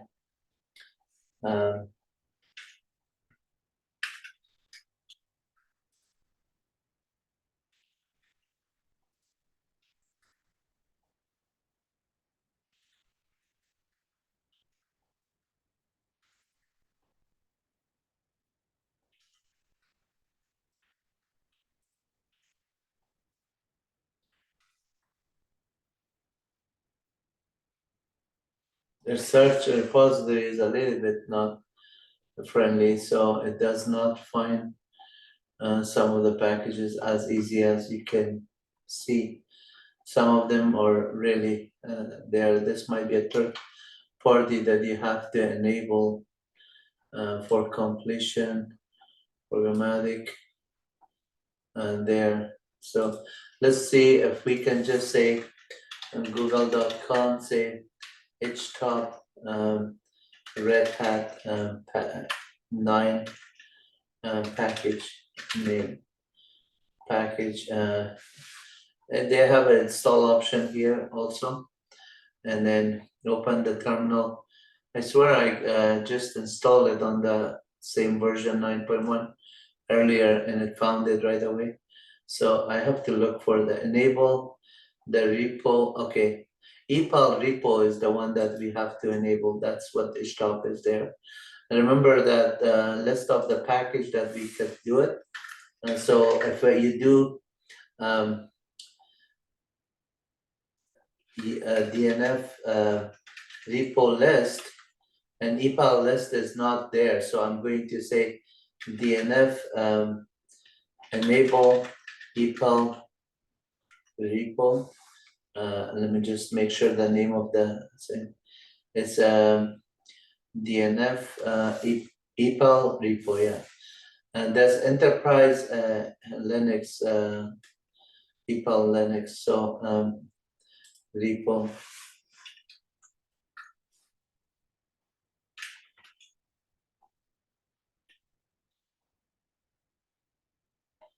And DNF. Okay, I'm gonna say subscription manager. Subscription manager. Enable repos, enable is equal, and then I'm going to put this one epal repo inside this one to enable no such option. Subscription manager repo or dash enable repos, and then The option is dash dash enable. Earlier I used it. See, the syntax should be friendly enough to say it should just find out the dash dash enable or the other one. Let's see if that one is says that use subscription manager repos and dash dash list to list the value. If I just say repos dash dash list, it should list it, but eval list is not showing here. Grep minus I eval.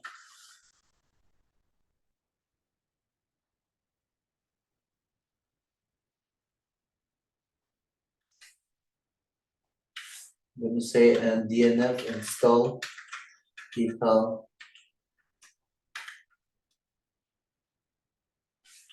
equal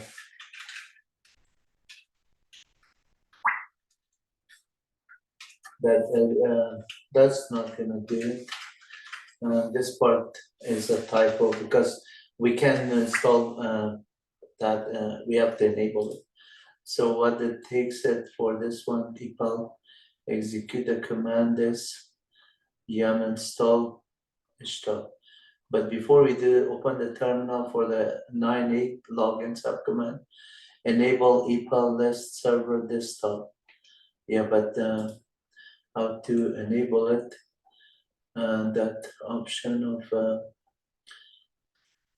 sudo yum install htop, search htop, enable eval repo for Red Hat 9 and 8. This option is not showing here, but I'm going to find it somewhere here. Maybe enable right here. So subscription repo dash dash, and the whole name is really huge. So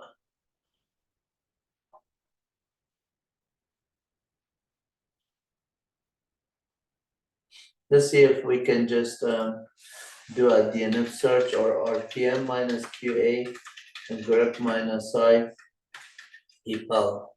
So when I do this one eval, it is not showing anything here. And then DNF list, that one is not showing anything. Going back to this screen for the repo list, Red Hat release dash latest release eval. So yum install, and this one is actually coming from a Fedora project that you have to do this RPM here. That is, let me just say if I can copy this page here, this one here, copy, and then can I just paste it here and say DNF install and this command, paste it here. No, this is from previous one. So I have to type in that command here. What I could do is just, since I'm on this one, I could just say, go ahead here, and then here say, which Firefox, and then say Firefox here, open up Firefox, syntax, I could not get canonical path. And so environment not there. And the display is not set. I'm going to have the display here, echo and $ for display. Yeah, this set here, say Firefox. I'm going to have a Firefox here. And then this is way too small for this one. I'm going to change the screen resolution so I can see it better. In order to do that one, I am going to minimize this window here first. It's hardly seeing anything. Right here, click on the display. Let's go back to the display setting that was originally much smaller than this. It was, I believe it was this one. I'm gonna say apply. Yeah, that's the one that I want to see a little bit bigger. So I get this one now. I'm going to go to the terminal here and just open a new terminal here, and then clear screen here, CD here, export $, PS1 is equal $, and then this $, PS1 export not a valid. Oh, not $, sorry.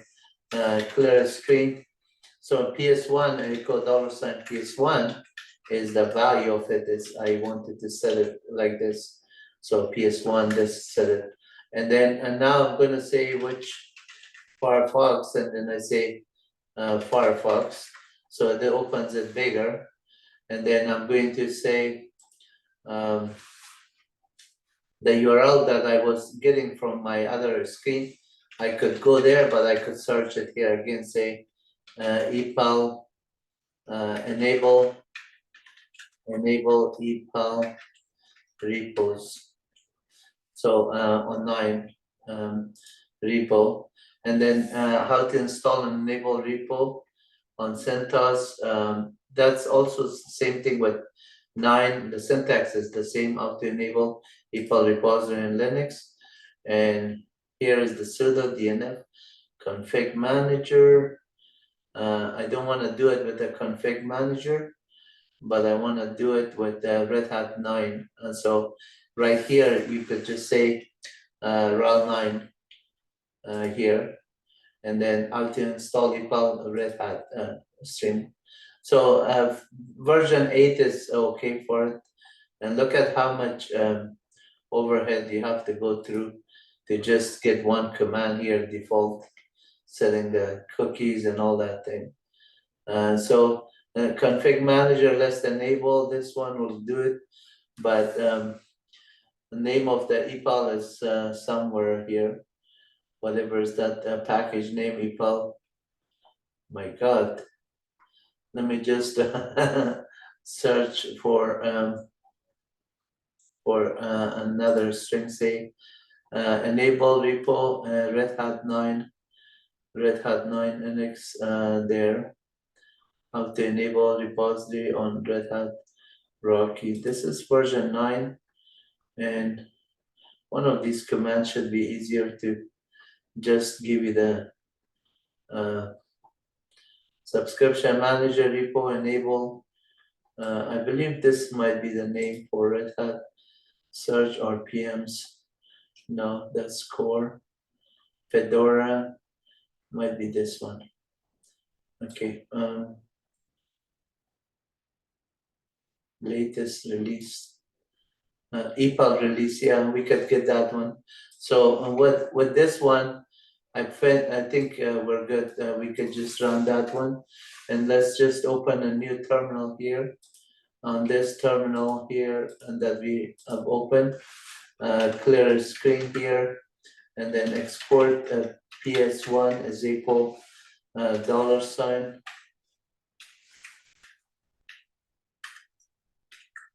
Clear screen here. I'm going to just say paste here that command.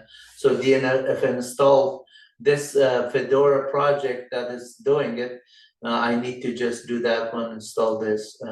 I don't need all these other commands here that I copied it. I only need the DNF install.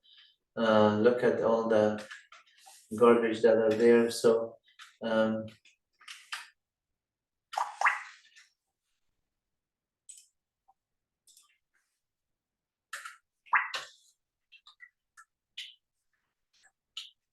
sorry. So this, look at the copy, cut and paste somehow from Firefox did not work.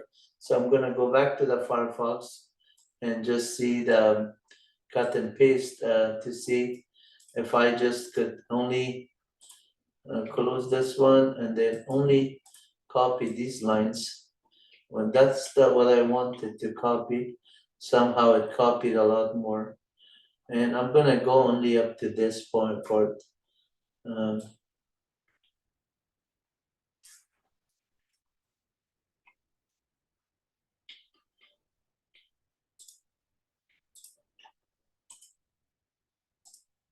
Yeah, so this is there. Now I'm gonna say in front of it, it say DNF install, and then that one. Let's see if this is going to do it. This command has to be run with a super user. That makes sense. And so I'm going to just put a sudo in front of it.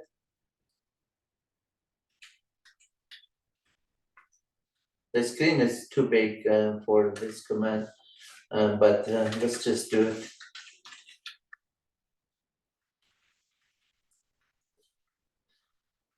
So it shows that EPAL is getting installed here now. The package is installed.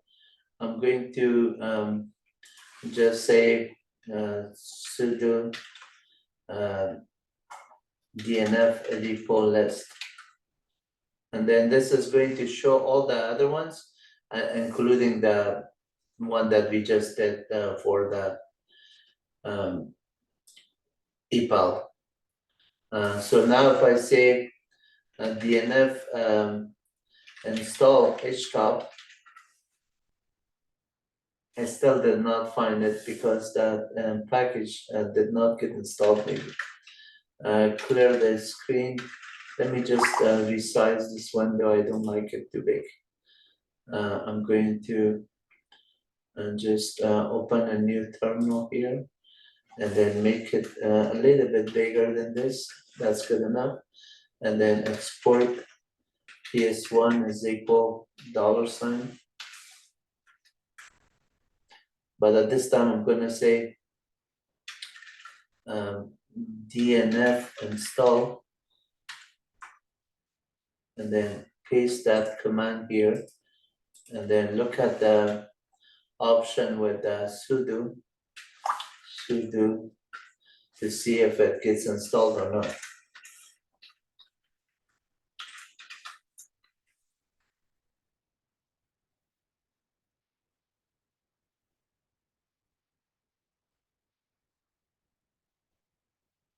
Okay, dependencies is resolved, already installed. So rpm minus qa grep minus I epal. That package is there already. So I release that 9.5. So if I say rpm minus q c and then just put epal dash release dash 9 let's see if yeah, that package is already there for the repos there 9.-5 dot enterprise linux 9 dot no arc. That's for no architecture rather than x86, so it works without any architecture, so for all architecture no arc. And that one I'm going to now say DNF list htop to see if htop is going to be found or not.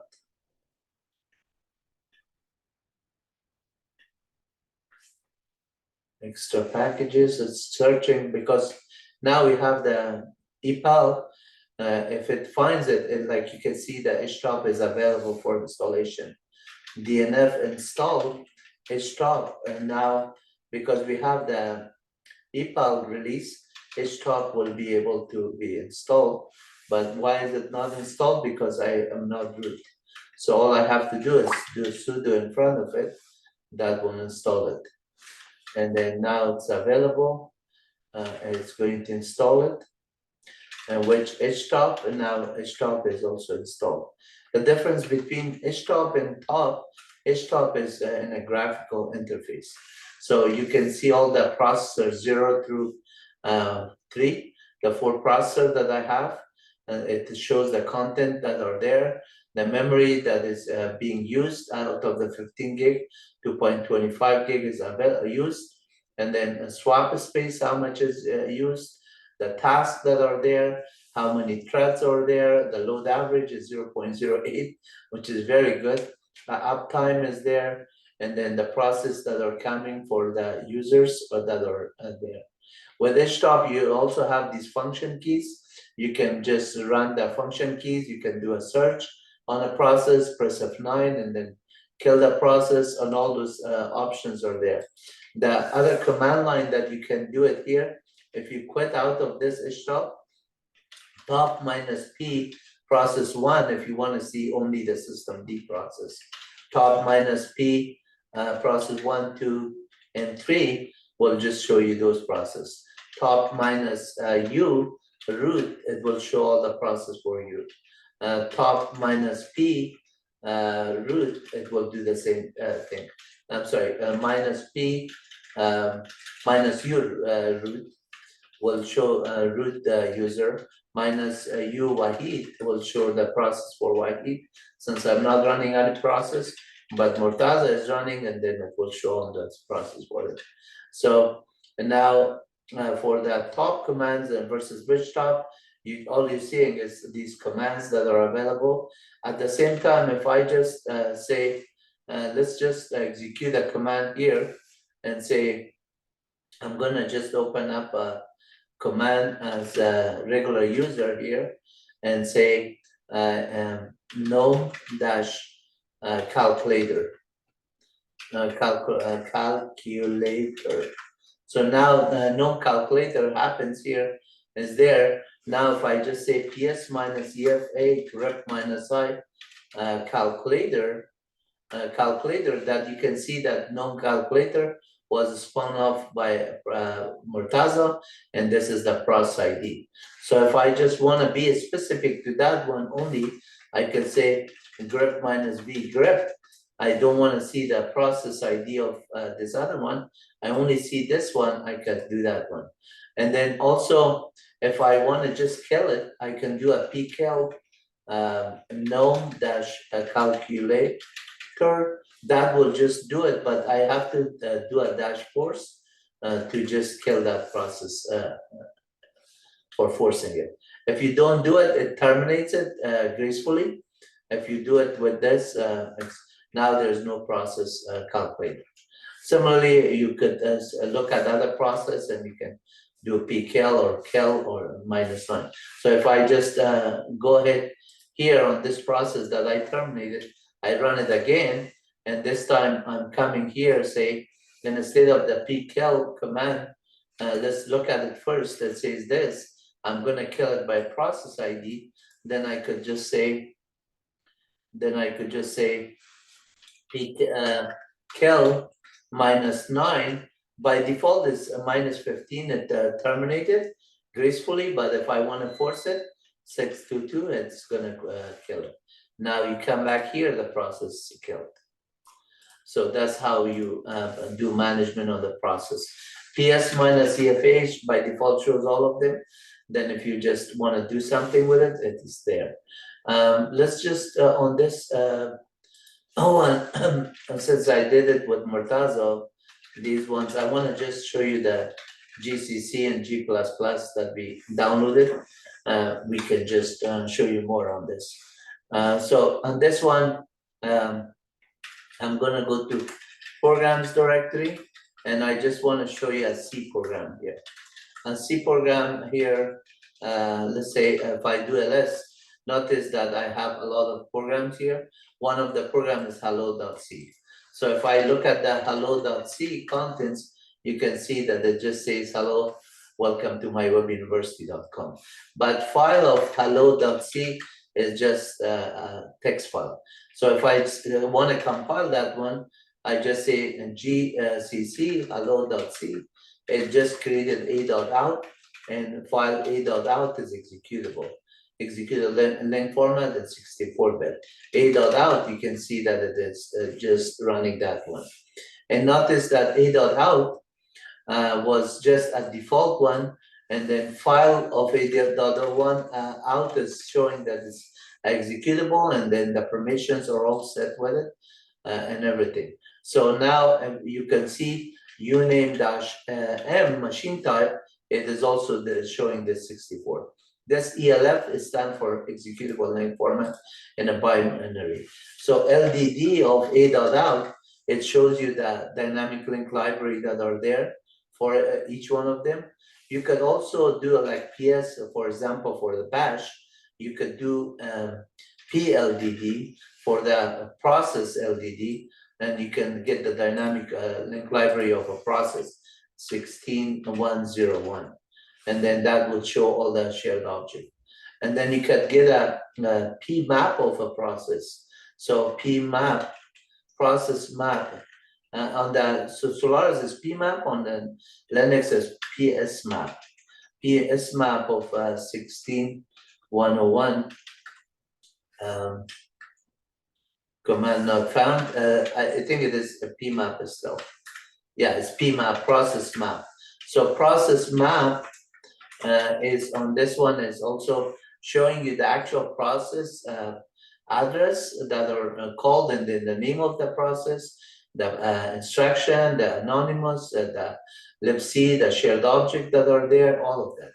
And then similarly, if I just say pwd, it is there. I could say P3 of that process.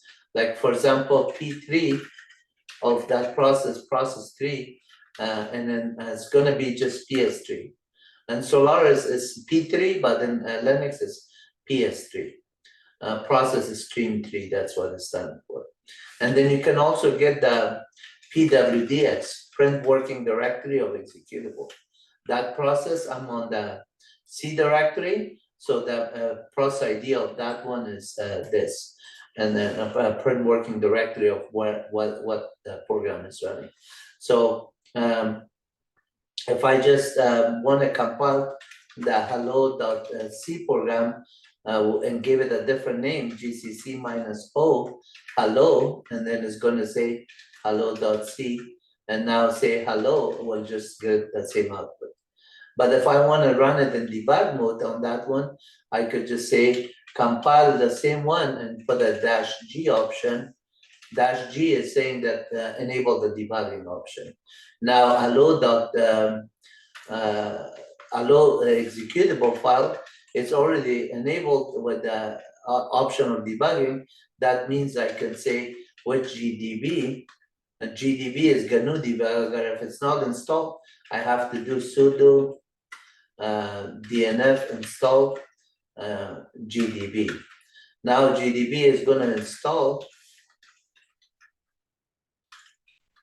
That's the Gnu Debugger. And then I'm going to say, yeah, go ahead and install it.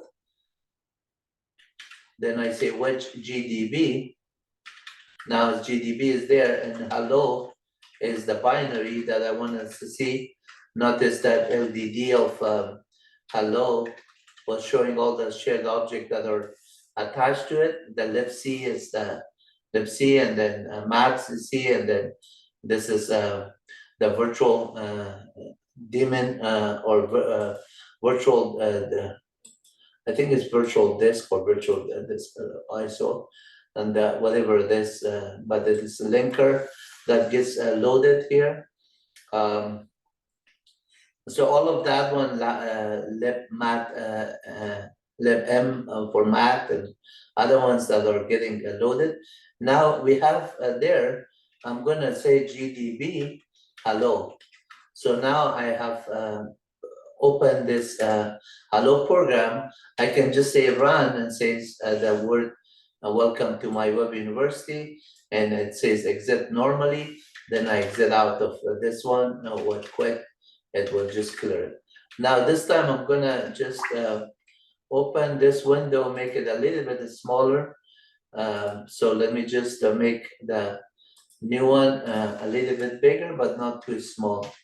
Yeah, that is good enough. Export PS1 is equal $. So clear screen here. I'm gonna go to C programs, and then C directory. Now I'm here, and if I just clear a screen and do a pwd, and then now I have the file hello, and then which GDB is there. Since I enabled the debugging option, I'm gonna say GDB hello. Now the program gets loaded. By default, it runs it there with this run command, and it terminates here. So I can just say start, and it will start the main function here. I could say layout next, and then it's going to show the assembly code, all these move instructions. Then you can see it starts from the main functions and the line numbers that are there. I can also run the list command to see the source code, what line number are here. So on the main, I'm on line number 5 on the printf statement. So if I say print anything at this time, there's no variable on this program that I can print it. I can say next, the print statement is going to execute that one. Since I click on next again, it's going to run a couple of times, then it exits out normally. And now my program is exited normally. I'm done with it. So this is just how we looked at that code. But let's look at another code of C++.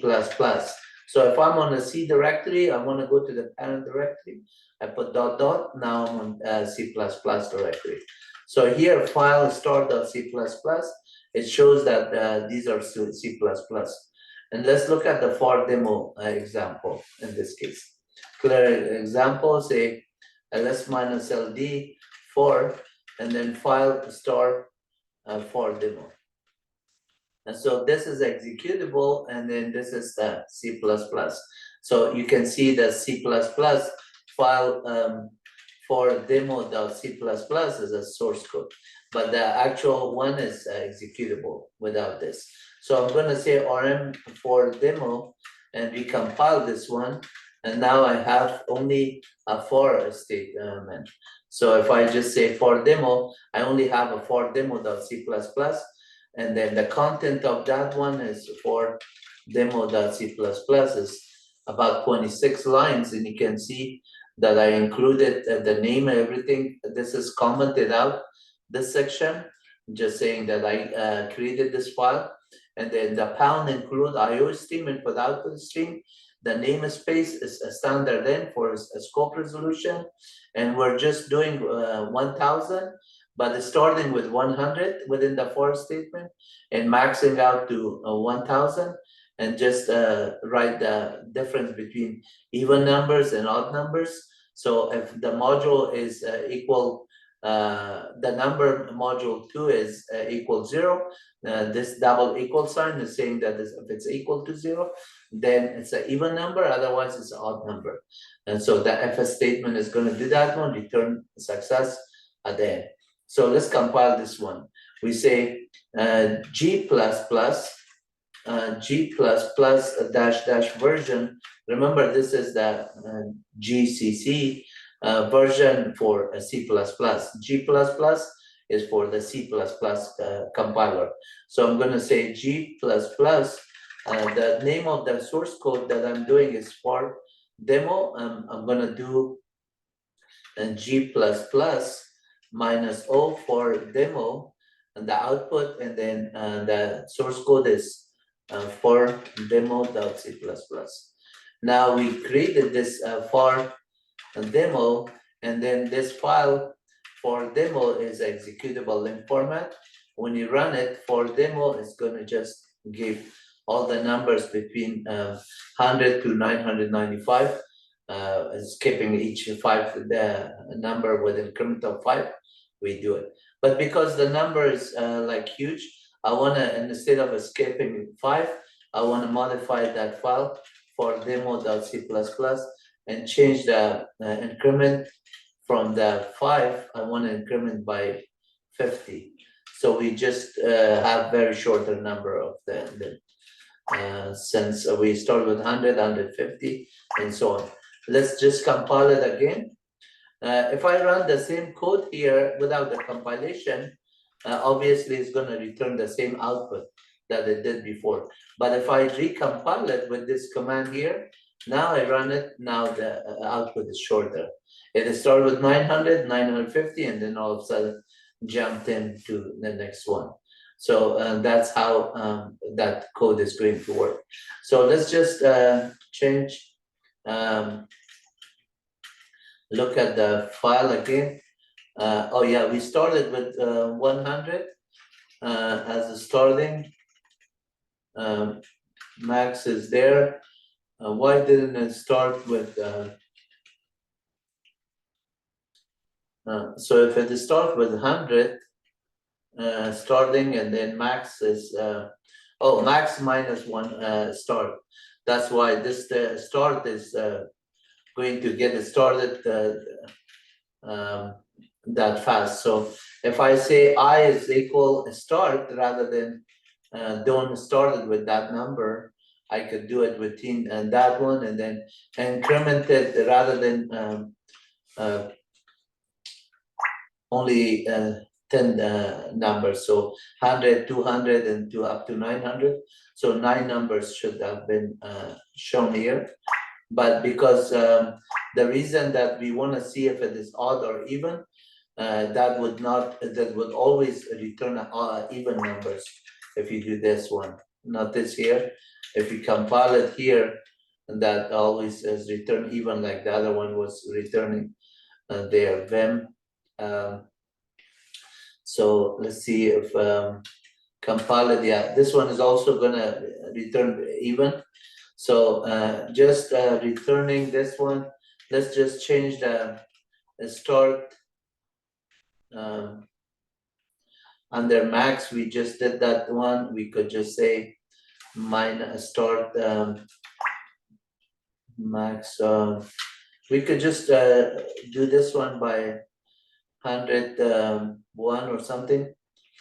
Now let me just say and increment it by 1101 101, and then this one is also do a 101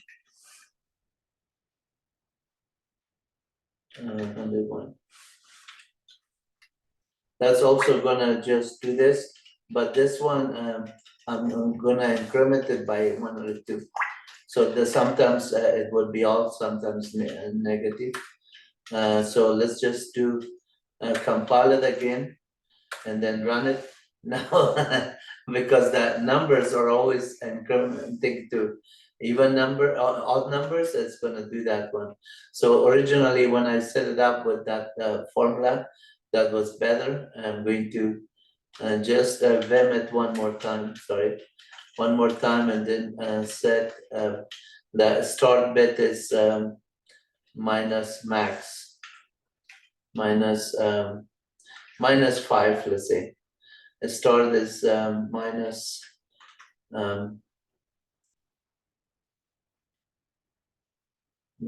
max. So the start is 101 minus max, and then do this on I less than max. Let's try that one. See, I'm not calculating it correctly. See if that one becomes an infinite loop or it. No, it is still the odd numbers. So the sorry about that. Let me. I'm getting too tired. So let me just change this one. Say from I from I is equal to start. I is equal, let's say, I'm gonna just start with a number rather than 101, or maybe start with even 500, a big number, and then here I'm gonna increment it by plus, let's say, 15. So that numbers is gonna just sometimes make it even, sometimes odd, I believe. And let's just do that. Yeah, so that number sometimes change it to an even number, sometimes to odd, and you get it. But that number is still too big for the screen to do it. So let's just make it this one to 25 or 35. This one or 55. Let's get it to 55. See if that is still gonna fit. Oops. Compile it and then run it. Yeah, no, that's what I want. So this is what we want. We just get the output to even and odd numbers, but the smaller numbers. So now I'm going to compile the same code, this time with -G option for C++ and debug mode. Now, if I just run this code of this program with gdb, and then now I have this one, if I just say start, the code runs, and then the output is displayed there. And if I say next, every time I say next, it's gonna run the code, and then next,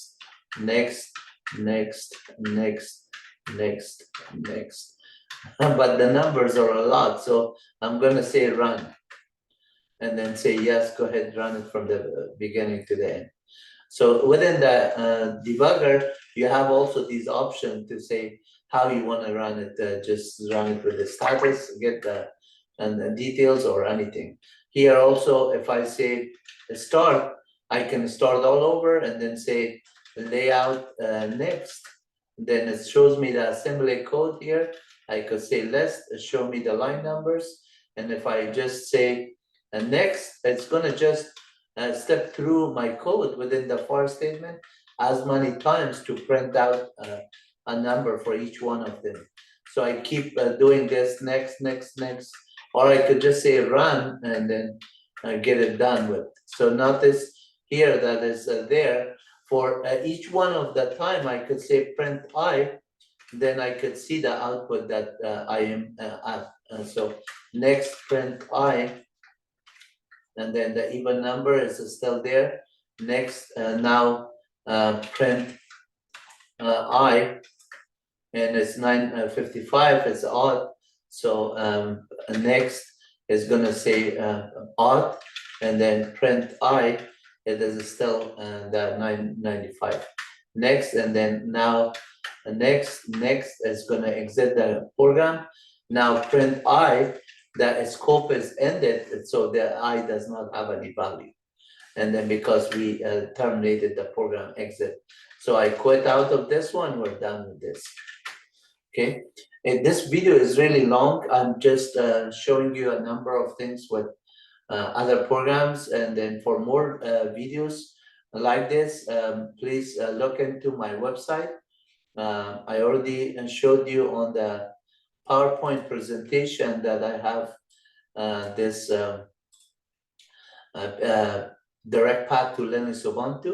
If you go to the website here, where I have the book, mywebuniversity.com, you can see here I have on the second page here is the direct path to Linux Ubuntu. And then this is the Debian distribution. I showed you everything on Red Hat distribution. And today we covered chapter 1, 2, 3, 4 on Red Hat environment. So we covered a lot of things. So if you go here, you can practice all these commands that are banner, calendar, everything. Some of the command we cover, some of them we skip through because I have other videos that you can watch them and learn from them. I have beginners, intermediates, and advanced levels for all of this by chapter, and their videos are online here that are available. You're welcome to watch them. And then for each command that you just do it, actually you could get, for example, this command like change mode or change ownership.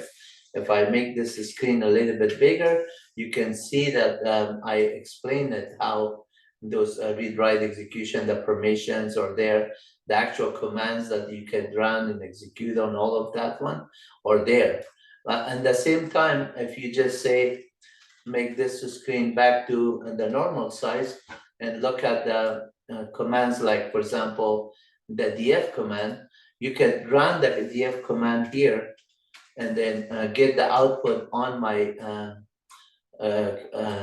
cloud output here on the Linux server, web server, df-h, and run this one, and you are good to go on this one. Again, your system has to be up to date. DNF update or a gnome-software update is your friend. On a Linux Ubuntu, you have to do a yum, not yum, apt install or apt update. to just do update.